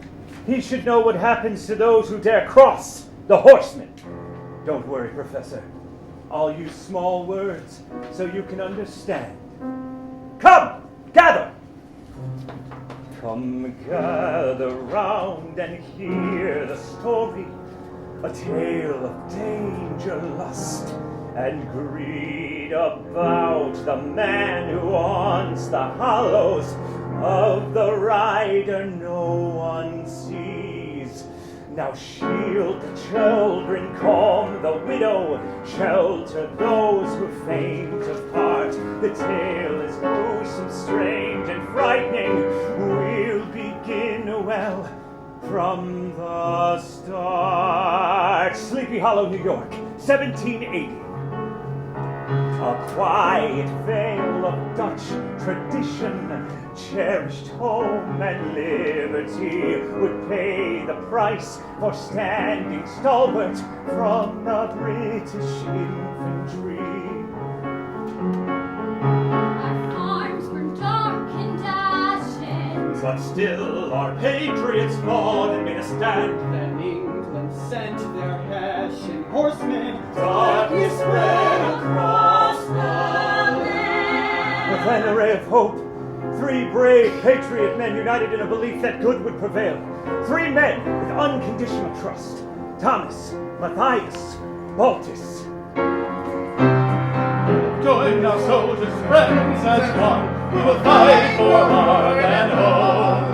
Now the bloody reds and Hessian skirts turn tail. Triumph turned tragic when Hessian soldiers targeted the captain, mercilessly burning his home with his son trapped inside. All 3 patriots rushed to save the child. Only one walked out. Each gave their soul to save the other, braced themselves for what must be, and then the vengeful Hessian horsemen ripped apart the soldiers 3. One would die with noble valor, heart was loyal through and through. The second also swore allegiance, third betrayed the other 2. And so birthed our nightmare, the headless horseman. When the cost of kindness makes good men die, what is a ghost to do? Now he haunts this land, he shall not rest until he locates the truth. Salting wounds that never fully healed. These ghosts, they haunt me. You've done nothing wrong. The cost is still the same. No one knows going final cost will be. I'm sure the Hessian had his own family to return to that night. I'd be looking for vengeance too. When the moon is full, you can hear him ride. His hooves beat strong and sure. And it's then you'll see a headless rider ride once more. He seeks revenge on those who wronged him, chase them down, fulfill his need. His demon eyes will steal your spirit. Then, my friends, you'll cease to be. For it matters not if you're young or old, a woman or a man. When the Hessian rears, your end is near. You have no chance. Bring me the outlier. We end this now. As the storm turns electric, the Hessian steps unnoticed from the tree line and walks towards the pyre. So what's the moral to our story? I'll remind you what he's done, for if you cross the headless horseman, you'll become his number one. Brom rips free the gag. Any last words, Professor? Would it matter if I did? Goodbye, Ichabod Crane. My best to your mother. Brom lights the burlap sack on fire. The Hessian approaches with fierce intensity. We've learned our lesson from poor Ecker. Learned what happens when you've crossed. The horseman who could once have helped you. But, my friend, you now are lost. Brom hurls the flaming bag at Ichabod. The Hessian instantly materializes between the two men and braces himself as he absorbs the flaming bag into his chest. He transforms into the horseman and hurls the flame ball back towards Brom. Baltus suddenly tackles Brom from Fireball's path, and both men hit the ground. A zap of energy, and the horseman vanishes. Baltus, are you hurt? This nightmare has to end! Baltus, we sing your praises. Because of you, Brom was saved from the horseman. Brom was saved because of Abigail, and don't praise me just yet. I need Brom alive so I can kill him myself. I was taking care of things, Baltus, just as you asked. I asked you to hold the fort, not burn it down! Counselors, you will give a full accounting as to how this came to be, and someone get Ichabod down now! I'll do it. I have a few questions myself. Who are you? And why did you come here? Katrina, I need you to not go near him. Was it all a lie? No, Katrina. Baltus, this outlier has lost the right to be so familiar with your daughter. You were right to try and shield her from the outliers who hide their true intent. I have not yet witnessed anything that suggests he is anything other than what he claims to be. Then allow me to enlighten you. Abigail only just intercepted this evidence. I suspect foul play with you, Baltus. Fresh in his sights. Brom hands the letter to Baltus. Think about what is this?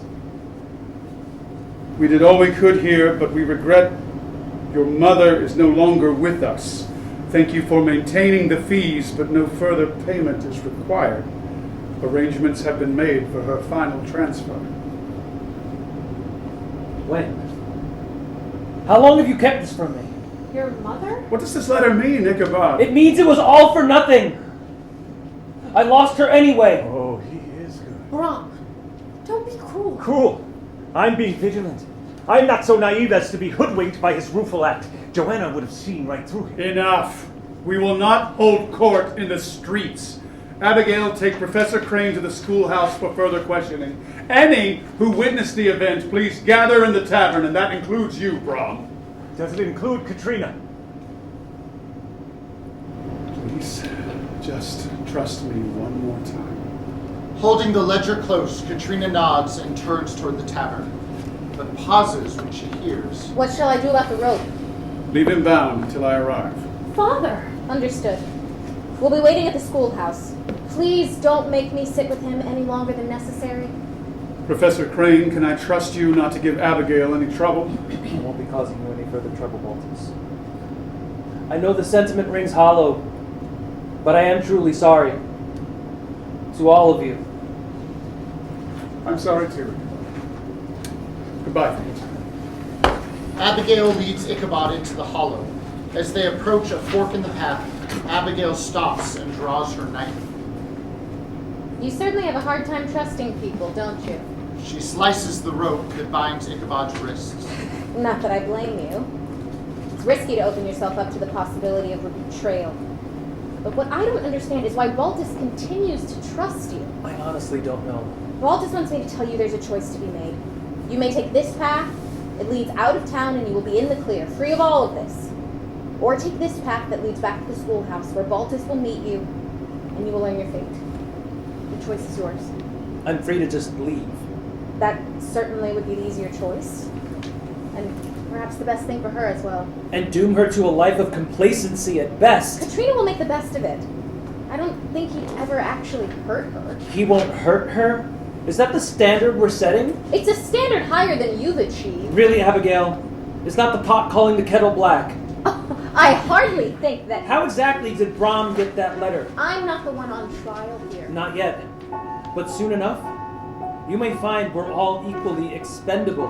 Professor Crane, you said you were sorry. Did you mean it? Yes. Well, then do something. Make things right. If you bear any remorse, you will consider the consequences of this choice. For it's not just you who will bear them.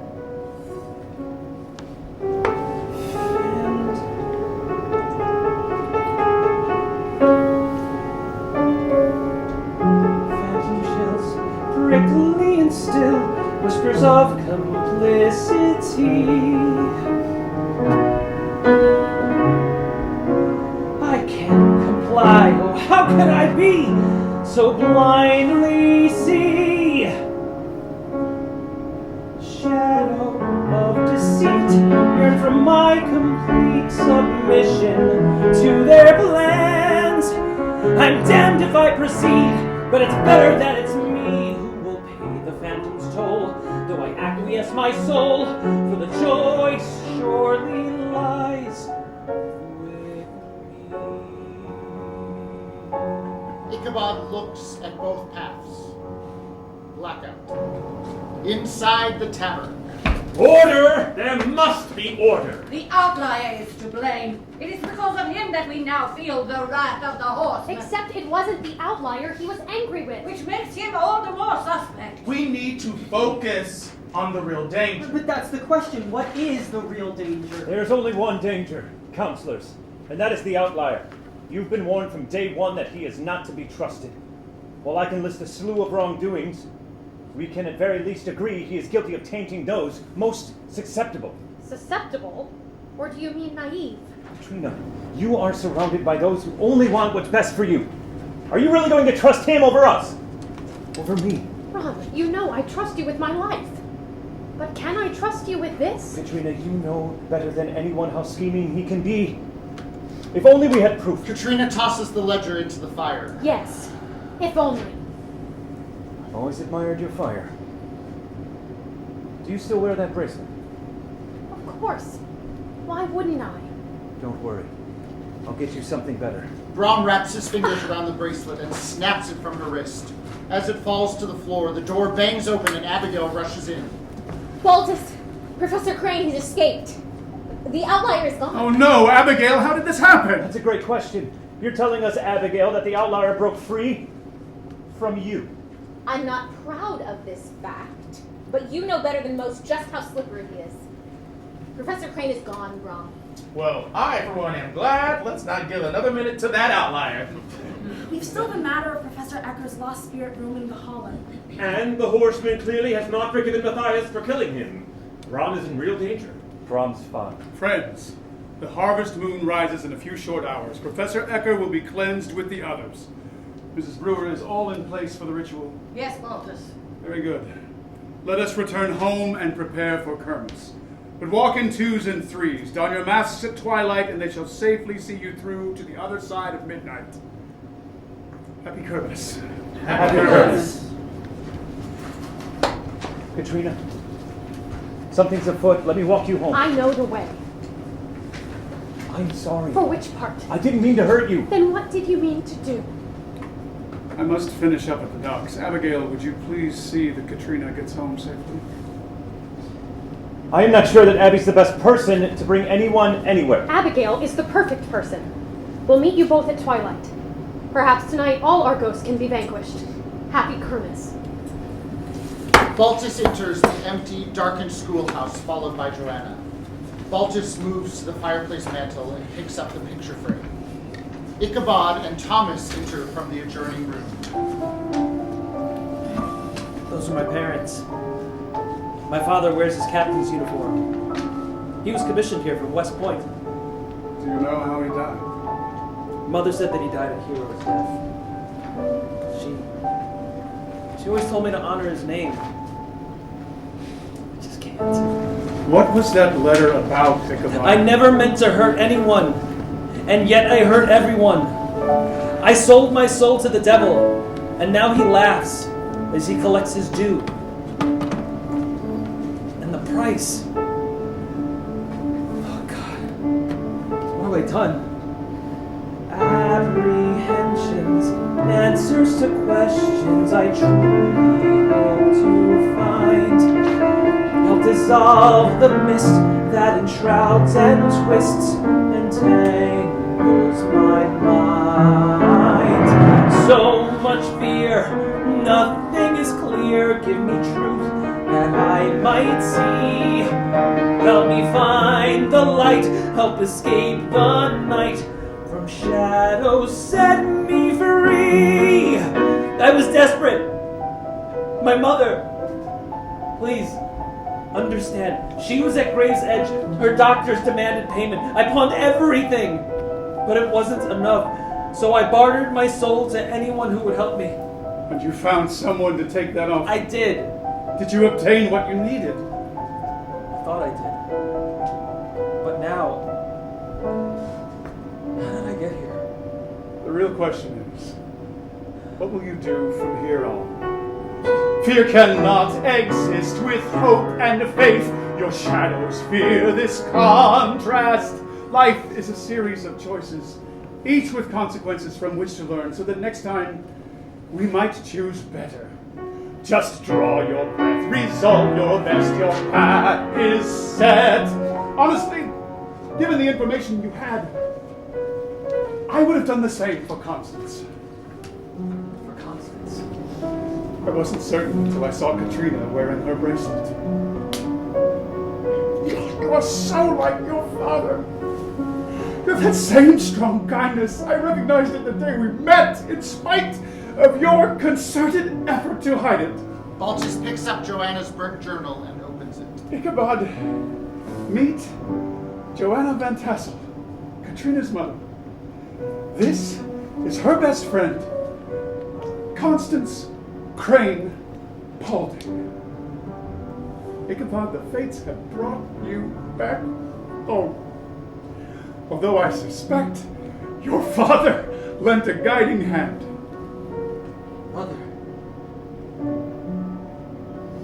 this is how I want to remember her. Young, happy, free. I'm so sorry. Ichabod, be at peace. Your mother is in a better place. A hospital in Boston. She'll be returning home to us soon. The address on your letter led me to her, and I arranged her transfer with the balance paid in full.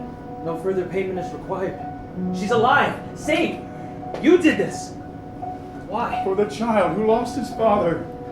For the soldier who could not right a wrong. To heal a woman cursed for caring too much, and for a town that is ripping itself apart. We are all trapped without restitution until it is made. You, Ichabod, you are an outlier no more. I believe in you for the good you do. Your journey's just begun. Believe in your own strength while keeping at arm's length those who dutifully strive. Strive to keep your fear alive, for the truth doth reside in me.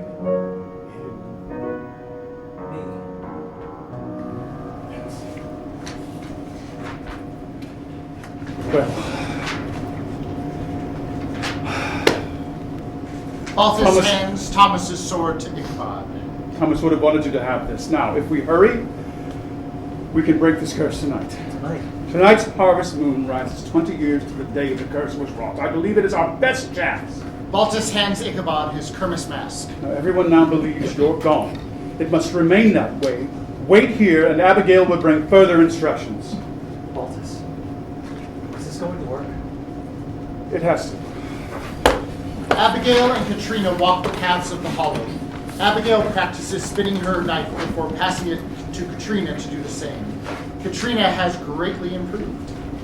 Abigail, Yes? was I naive to trust him? Maybe.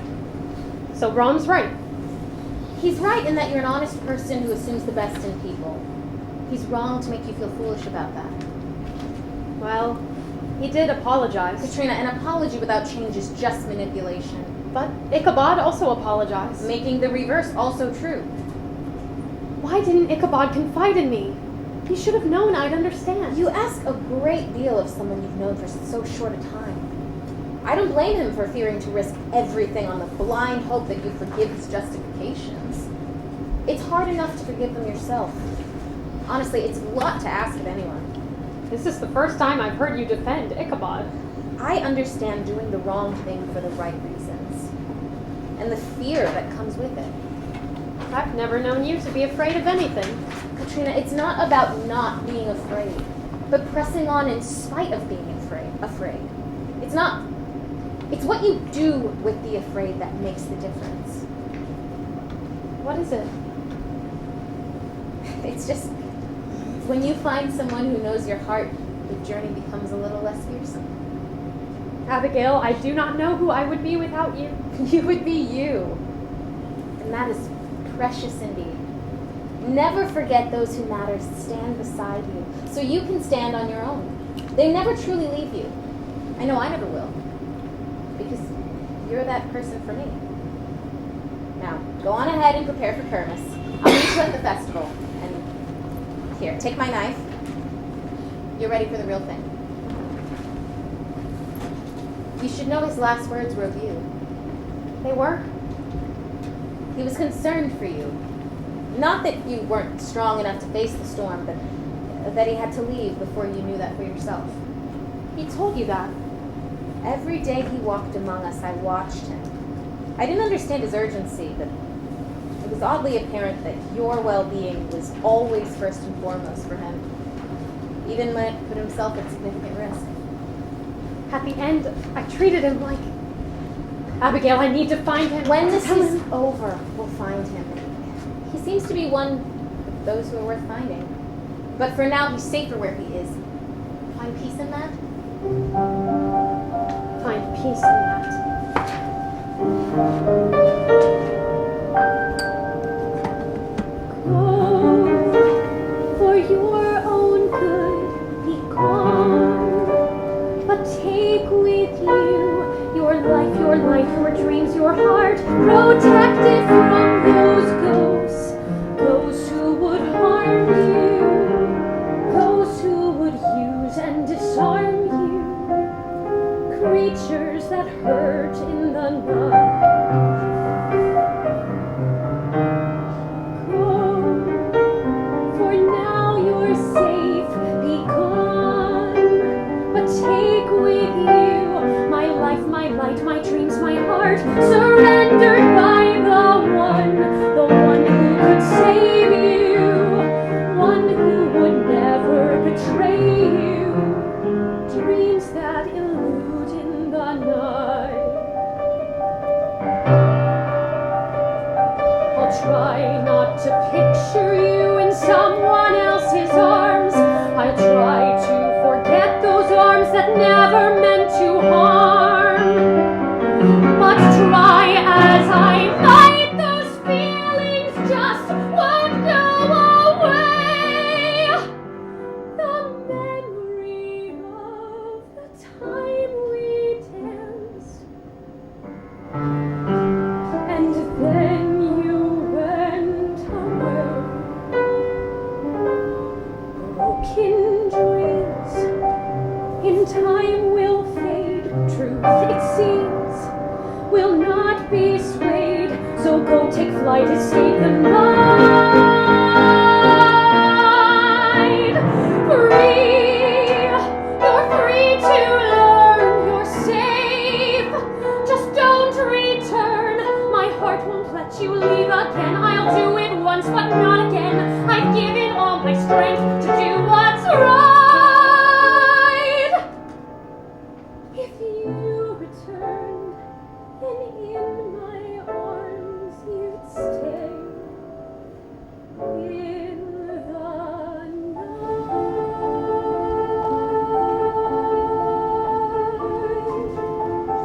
Katrina straps the knife to her leg before continuing down the path home. Abigail finds Baltus returning home from the schoolhouse. Abigail, why are you here? You need to stay close to Katrina. How is Ichabod? Safe for now, but I fear that Brom is... As do I. Please, quickly, while there's still light.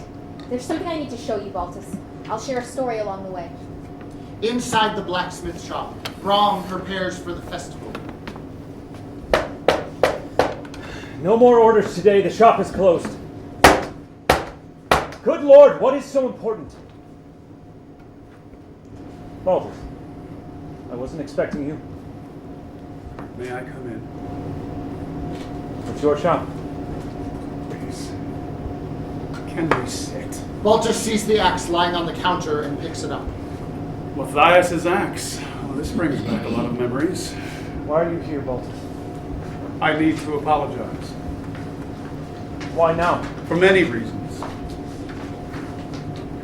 Feeling guilty, are we? Ghosts do have a way of drumming up the past. I never knew about Professor Ecker, not until tonight. Which part? The part where your trusted counselor regularly whipped me at the schoolhouse? Or the part where he stole from you? Or perhaps the part where you protected Johanna from him. Except in the end, I couldn't. You were only 14. Because of you, she didn't die alone. She was the only one who ever tried to protect me. So Johanna told you everything that night?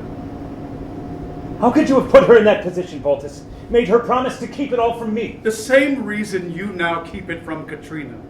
We seem to think that the truth is more dangerous than the lie, but we are both wrong. Please don't assume I share your weakness. You didn't grow up believing your father died a coward, when in truth the coward was the one who lived. I've survived this long by carving out my own existence in your hellish scenario, but now here you are asking me to quietly forgive. End the curse. Just alleviate your guilt. No, Baltus, you're not getting off that easy. My father's torment will be avenged. And how do you plan to do that? But it won't be by you. No. The hero bringing lost child home to break the curse for the bastard who killed my father. The Hessian can rot in hell for all I care. He and that bloody outlier. That was a smart move on your part. Getting Abigail to help him leave town. Unless she didn't. Brom, don't blame her. I think I found the answer. If you would just come with me, perhaps you, together with Katrina and... Ichabod, of course. Baltus, you think that I manipulate this town, but I have learned from the master. Pardon me. I have a festival to attend. Brom, stop. Don't let impulsive actions determine your fate. What, like Johanna? Like my father? Move, Baltus. Brom, no! Stop! Brom roughly pushes him aside directly into a shell filled with ironworks. Baltus is knocked cold. Brom checks him for life. Baltus's breathing is ragged but present. The town bell clangs. It's best to rest now, Baltus. It will all be over come morning. He'll take revenge on those who wronged him. Justice will be sentenced, yet the horseman has one last commission. And now it's time to pay the debt.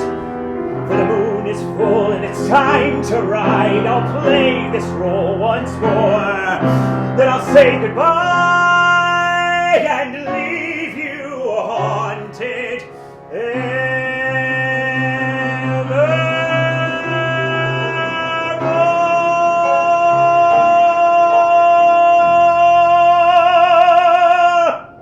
Brom straps on his axe and answers.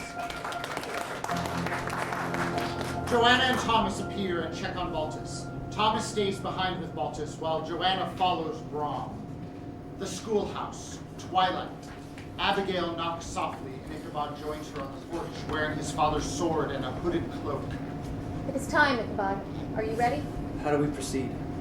First, Inbound Stan Maskers. Mrs. Brewer will soon initiate the ritual. Here. Once the ritual has begun, wearing that mask is vital. If removed, the disembodied ones have access to your soul. So I am to wear this mask. Until the bell strikes the 12th time on the 12th hour. And again, it shields from... the realm of realitas. On this night, demons run free with dark intent. With this mask, you are blind to the reality of them, and they to you. You, Ichabod, are sought by both living and dead, so you must especially be vigilant. Am I clear on this? It's imperative you bring Katrina to the bridge if we are to end this tonight. We? You and I, Katrina, Baltus, and Brom. Together we can conjure the horseman. The masks protect us from him during Kermis. You will bring Katrina, Baltus will bring Brom. And you? I'll bring Johanna. This must all be quite overwhelming for you, but we've run out of time, and you are the key to this. Can you do this, Professor? Can you believe? Abigail, are all spirits released tonight? Even the good? Yes, Ichabod, even the good. If I believe hard enough, then perhaps... I don't know, Ichabod. Perhaps. Wait, Abigail. Why are you not wearing a mask? Told you. I need to find Johanna. Abigail exits. Ichabod puts on his mask and follows. In the stage production, the arc of Kermis will be depicted as a high-intensity, effervescent dreamscape of music and movement that reveals the path of each character. For purposes of this reading, each character will speak their own personal track of the story for you to imagine their on-stage journeys. Superstitions, spectral visions, things that grow in the night. Abigail slips through the hollow toward the village. She is sure Brom now hunts her, but holds out hope that Baltus waits in town with good news. She must avoid Katrina lest she inadvertently lead Brom to her. God, why is Johanna not here? Brom walks through the hollow, with Johanna trailing close behind. He's seized with anger. Abigail divinely betrayed him. She will be dealt with. Ichabod, goddamn him, where has Baltus hidden him away? Baltus! I'd best leave tonight. I've no reason to stay, but not without Katrina. Ichabod traces the forest path a few paces behind Abigail. He mentally prepares. Stay hidden from all. Find Katrina. But what does she know? Will she trust me? So many ghosts, so many rules. How do you tell within all this gray good from evil? From the fringe, Katrina watches the dancers of Kermis. This will be goodbye. Come morning, I'm leaving the hollow. Perhaps I'll go find Ichabod. Or perhaps go find myself. It is time. I hope Abigail will join me. Where is she? Katrina is offered a gloved hand by a masked stranger. She secures her own mask and is drawn into the dance. Abigail and Ichabod reach the outskirts of the common. Abigail turns to Ichabod. Go! Find Katrina quickly. I suspect she's already in there. Hopefully Baltus now has Brom at the bridge. I'll meet you there soon. Abigail pulls her hood down over her face and melts into the crowd. With a deep breath, Ichabod joins the dancers of Kermis. Brom watches from the shadows. Katrina moves past him, but for now, she's not his quarry. He must first deal with Abigail and Ichabod. Mrs. Brewer continuously chants the words of the ritual. Her chanting binds some spirits, some completely. But those with stronger energy wriggle free and drift among the living, searching for opportunities. We notice something is not right with Johanna. She is restricted, held back. She unable to connect with Brom, unable to calm him. As a spirit, she is also blocked by the chanting words of Kermis. Both Ichabod and Katrina find themselves lost within the swirling movement of dancing villagers. But soon, infectious spirits shroud them with doubt, fear, and illusions. Lost within, it's hard to discern reality. At one point, both seem to see Brom confronting Abigail, but before either can reach her, they are lost in the mist. Abigail unexpectedly finds herself face to face with Brom. Oh, God! In a panic, she reaches for her knife, but it is gone. Given earlier to Katrina. Brom grabs her and pulls her into the trees. In her rush to reach Abigail, Katrina trips and loses her mask. She's immediately caught in a maelstrom of dark spirits until a bright light forces them from her. Johanna wraps Katrina safely in a cocoon of light. The melee still swirl about, but Johanna assures Katrina they will be safe for now. They share a warm, emotional reunion before Johanna reveals Brom's secret to Katrina. What really happened the night she died. Flashback, 8 years ago, the Van Tassel Manor. The man was abhorrent, but given my health, Professor Ecker was a necessary evil. In good faith, your father hired him to assist me with bookkeeping. Johanna and Ecker argue as she marks false equations in the ledger. A frightened 12-year-old Abigail watches from the hallway. There was regular tension between us, but that night, it reached full boil. Out of my way, I have a meeting to attend. No, I have a meeting to attend. I will explain this misunderstanding to Baltus when It's over, Nicholas. This whole game is over. The meeting is no longer your concern. All of this is no longer your concern. By law, Baltus is the only one who will hear of your actions upon his return. But you, sir, will be long gone. Gone from my home, gone from our lives. Baltus has no tolerance for traitors, and neither do I. Johanna exits the study. 12-year-old Katrina enters, looking hopeful. Johanna nods, and Katrina happily exits. Johanna then sees Abigail. She beckons to the frightened child. Abby, darling, pay that no mind. Would you run and ask William to tack the horses for Katrina and I? That's a good girl. Katrina, come, my darling. Calm yourself, Nicholas. There must be a way. Damn it! Best escape whilst I still can. When Baltus finds out. If Baltus finds out. Ecker places the ledger in the fireplace and exits. Young Abigail sprints to the blacksmith shop. A 14-year-old Brom sits at the counter. Brom, you must come quick. What is it, Abby? It's Professor Ecker. Johanna. Brom, he means to harm her. Where is he? Brom enters the hollow at a full gallop, searching, hunting. Last I saw, headed into the hollow.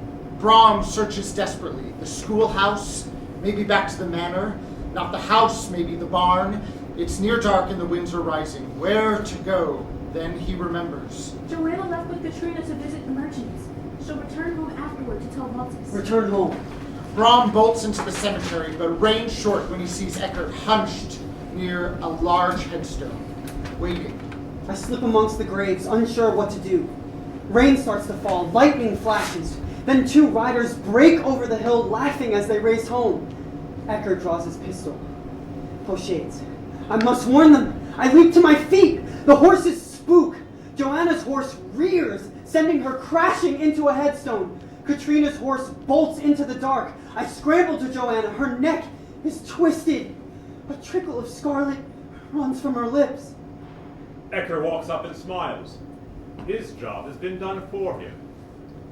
He turns on his heel and disappears into the darkness. It was Brom. Brom was the shadow that spooked the horses. We return to the events of Kermis. Guided by Thomas, Ichabod finds Abigail crumpled near the trees. She's badly beaten.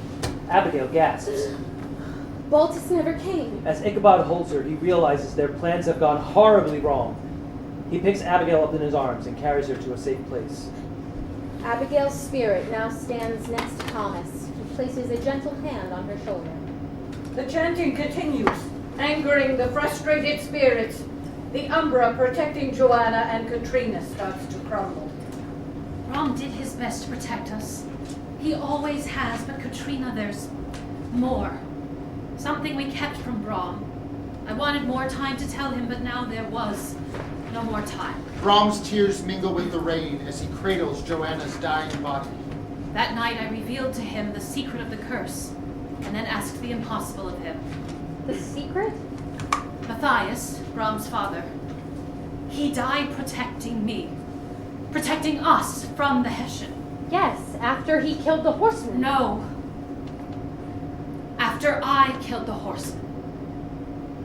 The curse was placed on me, not Matthias and not Brom. But now with my death, the curse was passing to the next of kin, to you, Katrina. I revealed this lie to Brom and shamefully asked him to now shield you from the horseman. He had every reason to say no, but instead promised your safety. You lied to Brom? To me? What was so unforgivable that you felt this level of deceit was justified? It was all so sudden. I saw Constance begging that Hessian. Surely he was threatening Ichabod. Ichabod? I had to save Constance, my dearest friend, from losing her new son, Ichabod. Shades, I don't know what to believe anymore. Did you think I couldn't handle the truth? Even you doubted me. The light is near collapse. Katrina, you are right to feel angry, but don't lose yourself to it. That is what the Dark Ones want. You have all the pieces now, Katrina. You can end this tonight. You want me to end it for you? No. End it for you. Anger is the protective guardian of sorrow. The sorrow is real, even more than the rage. Trust reality. Shades! Katrina, cover your face now! The light falls. Johanna thrusts Katrina's mask on her before shielding her with her body. A swirl of darkness envelopes them. Mother! Don't leave me! The lights rise on Katrina, crumbled amid dancing villagers. The town bell clangs. Come with me, Katrina. I'll keep you safe. Brom takes Katrina's hand and leads her into the quiet darkness of the hollow. Where are we going, Brom? Somewhere quiet. Are you looking for someone? Abigail. She was to meet me near the bridge. I've been thinking, Katrina. You were right. We should leave the hollow. Go to that new frontier you spoke of, Sardinu. I wish more than anything for this nightmare to be over. We will leave all this behind us. We can go now, tonight. Brom, before we go, I just need to know one thing. Anything? Why did you bring Ichabod here? Bring him here? Katrina, you... Why would you risk so much? Katrina removes her mask, then his. Let us now both see the truth. Clearly. Katrina, God, what are you doing? It's not yet midnight. I need to see your eyes. They don't lie to me. You gave his mother's bracelet to me the day he arrived. So I did. Who are you, Brom? If I know you, I never knew you. You're the you I wanted you to be. Always dreamed you could be. Always thought you would be. The picture of Ichabod's parents. His mother wore that same bracelet. An opportunity presented itself. Why? To prove to your father. To prove to you. Where is Abigail, Brom? Probably back where I left her. Please tell me she is all right. If that's what you want to hear.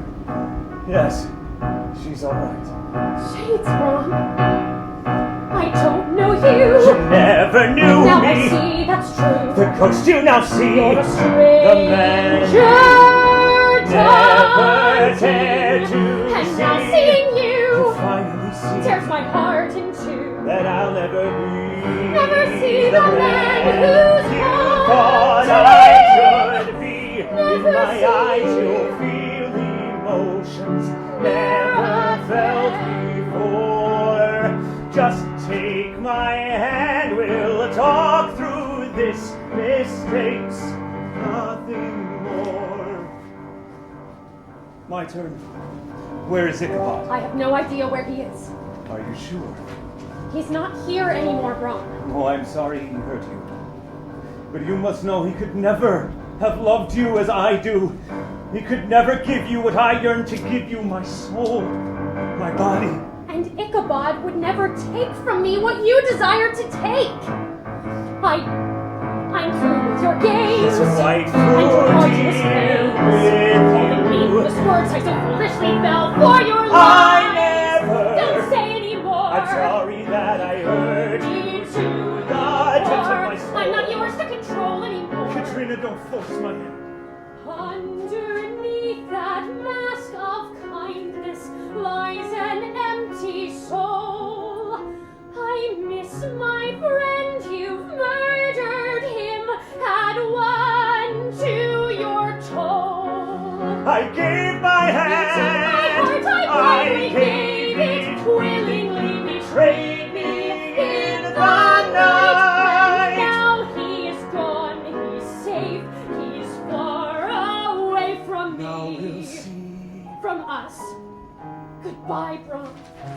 Katrina puts on her mask. She turns to leave, but stops short when she sees Ichabod standing there. Thomas is alongside him. You're here. Katrina then notices the blood on Ichabod's clothing. Shades, Ichabod, were you hurt? No, I'm fine. Then why? Katrina looks at Brom, who also has blood on his clothing. Where is Abigail, Brom? I guess she's not where I left her. No! Oh God, no! How could you, you monster! Why must you strip me completely of everything that I love? Not completely. There's one distraction left. Brom removes his axe with one hand while holding Katrina and aims at Ichabod's head. Katrina pulls free and stands in front of him. No! No, Brom. Listen to me. Stop. You want me? Fine. I'm yours. I'll go with you tonight. No, just don't harm him. Please. I don't need to choose. Why can't I have both? If you do this, I will never give you what you desire. Not willingly. But if you let him go. Really? Katrina, no. And you, Ichabod, do you agree to let her fulfill her promise completely and without interruption? How could you do this? At first, I was just curious to see how far she was willing to go for you. Much further than I would have guessed. Katrina must care for you a great deal. She's changed. No longer afraid of the dark, I see. Brom pulls her close. But maybe a little fear is warranted. Wouldn't you agree, Professor? Lower the blade, and we'll talk. No. As I see it, we are missing something. From what Johanna said, the curse should have ended the moment you entered town. But I have given it some thought, and I'm sorry, Katrina. Brom drags Katrina to the bridge. Brom! God damn it, Brom, what are you doing? I thought perhaps if we left town, but now I think this is the only way. The curse passes to the next of kin, but if there is no next of kin, then there is no curse. Have you gone mad, Brom? How does that bring restitution? Restitution was never my intent. Brom hurls the axe at Ichabod, who parries with his sword. Katrina spins Abigail's dagger free, slicing Brom's arm as she retreats. The town bell clangs. Time is up. Midnight. The wind rushes in. All three stand at the ready, waiting for the inevitable. The town bell clangs. A fresh gust of wind and the snap of crackling energy, and the horseman materializes. The town bell clangs. Katrina. Happy Brom birthday. sprints towards his axe, scoops it up, and throws it directly at the horseman. The town bell clangs. Brom's axe flies through the horseman and into a tree. The horseman summons a ball of fire. Brom leaps in front of Katrina. The town bell clangs. The flaming ball catches Brom in his chest, catapulting him over the railing. Katrina reaches for Brom, but grasps only empty, chilled air. The town bell clangs. The horseman turns on Katrina. Other spirits in terrible forms materialize. Then in the darkness, the light of a single star. Anger is just the protective guardian of sorrow. Anger masks what is real. Masks. What is real? The town bell clangs. Katrina rips off her mask. The wind stops and Johanna stands beside her. Remove the mask and see what is real. The town bell clangs. Where the horseman was standing, Katrina now sees the Hessian soldier on his knees, desperately trembling. You are the next of kin. It falls to you. The town bell clangs. Katrina recognizes Thomas standing near the horseman. Johanna nods towards Ichabod. Finish this, Katrina. The town bell clangs.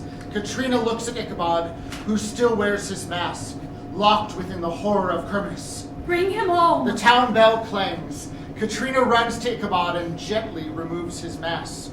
Ichabod, look. Look and see. Ichabod sees Johanna, the Hessian soldier, and his father. The town bell clangs. Abigail materializes beside Ichabod and looks at Thomas. You believed enough. Johanna Van Tassel. It's an honor. It has been some time since last we met. But come, it is time to meet your father. How is all of this possible? If you believe enough, dreams can come true. Major Thomas Paulding, may I introduce you to your son, Ichabod? We've met before. Gotten a little taller since I last met. I'm so sorry. Ichabod. Whatever for? For not believing that you could, or that you even would. Some part of you believed, or I wouldn't be here. I had accepted emptiness into my life. The peace is just an irritation being pushed aside. Perhaps deserved. Not deserved. You've always been loved. Feeling your hurt all these years. What takes to tell you? If you only know I'm with you. If you only know I'm in your heart. That we share the beats of happiness, and that time is just a word. Then you'll know how much I love you, and you'll find the strength to face the night, knowing that I'm right beside you, giving light. I don't want to say goodbye. It's never goodbye. I fell in love the first time that I saw We fell in love and was completely captivated captivated by your beautiful face. The kind of love that fills your soul. So easily displaced, and every day you learn, I am so proud, and you will know that I am for you'll feel it in the sunshine, and you'll feel my arm upon your face, and the wind will whisper in the lullabies. Sometimes just a word, and you'll know how much I love you, and you'll find strength, knowing I'm right beside you, giving light. Thank you for rescuing my son. Your sacrifice is honorable, and you will be remembered. Find peace on your journey home. Johanna stands before the Hessian, takes his hands, and bows low. The Hessian nods and smiles at Thomas before shimmering away. The town bell clangs. Christmas is ending. Morning shall bring a new day with a fresh path. Son, please continue to care for your mother. She is my light, shining even on this side of the way. But the memories of Ichabod, bring them with you. If you live your life focused on that, you shan't stray far. What of Baltus? Is he? It seems that he made it through all right. Lucky devil. That man, he never gave up searching for you. Have patience with your father, Katrina. He loves you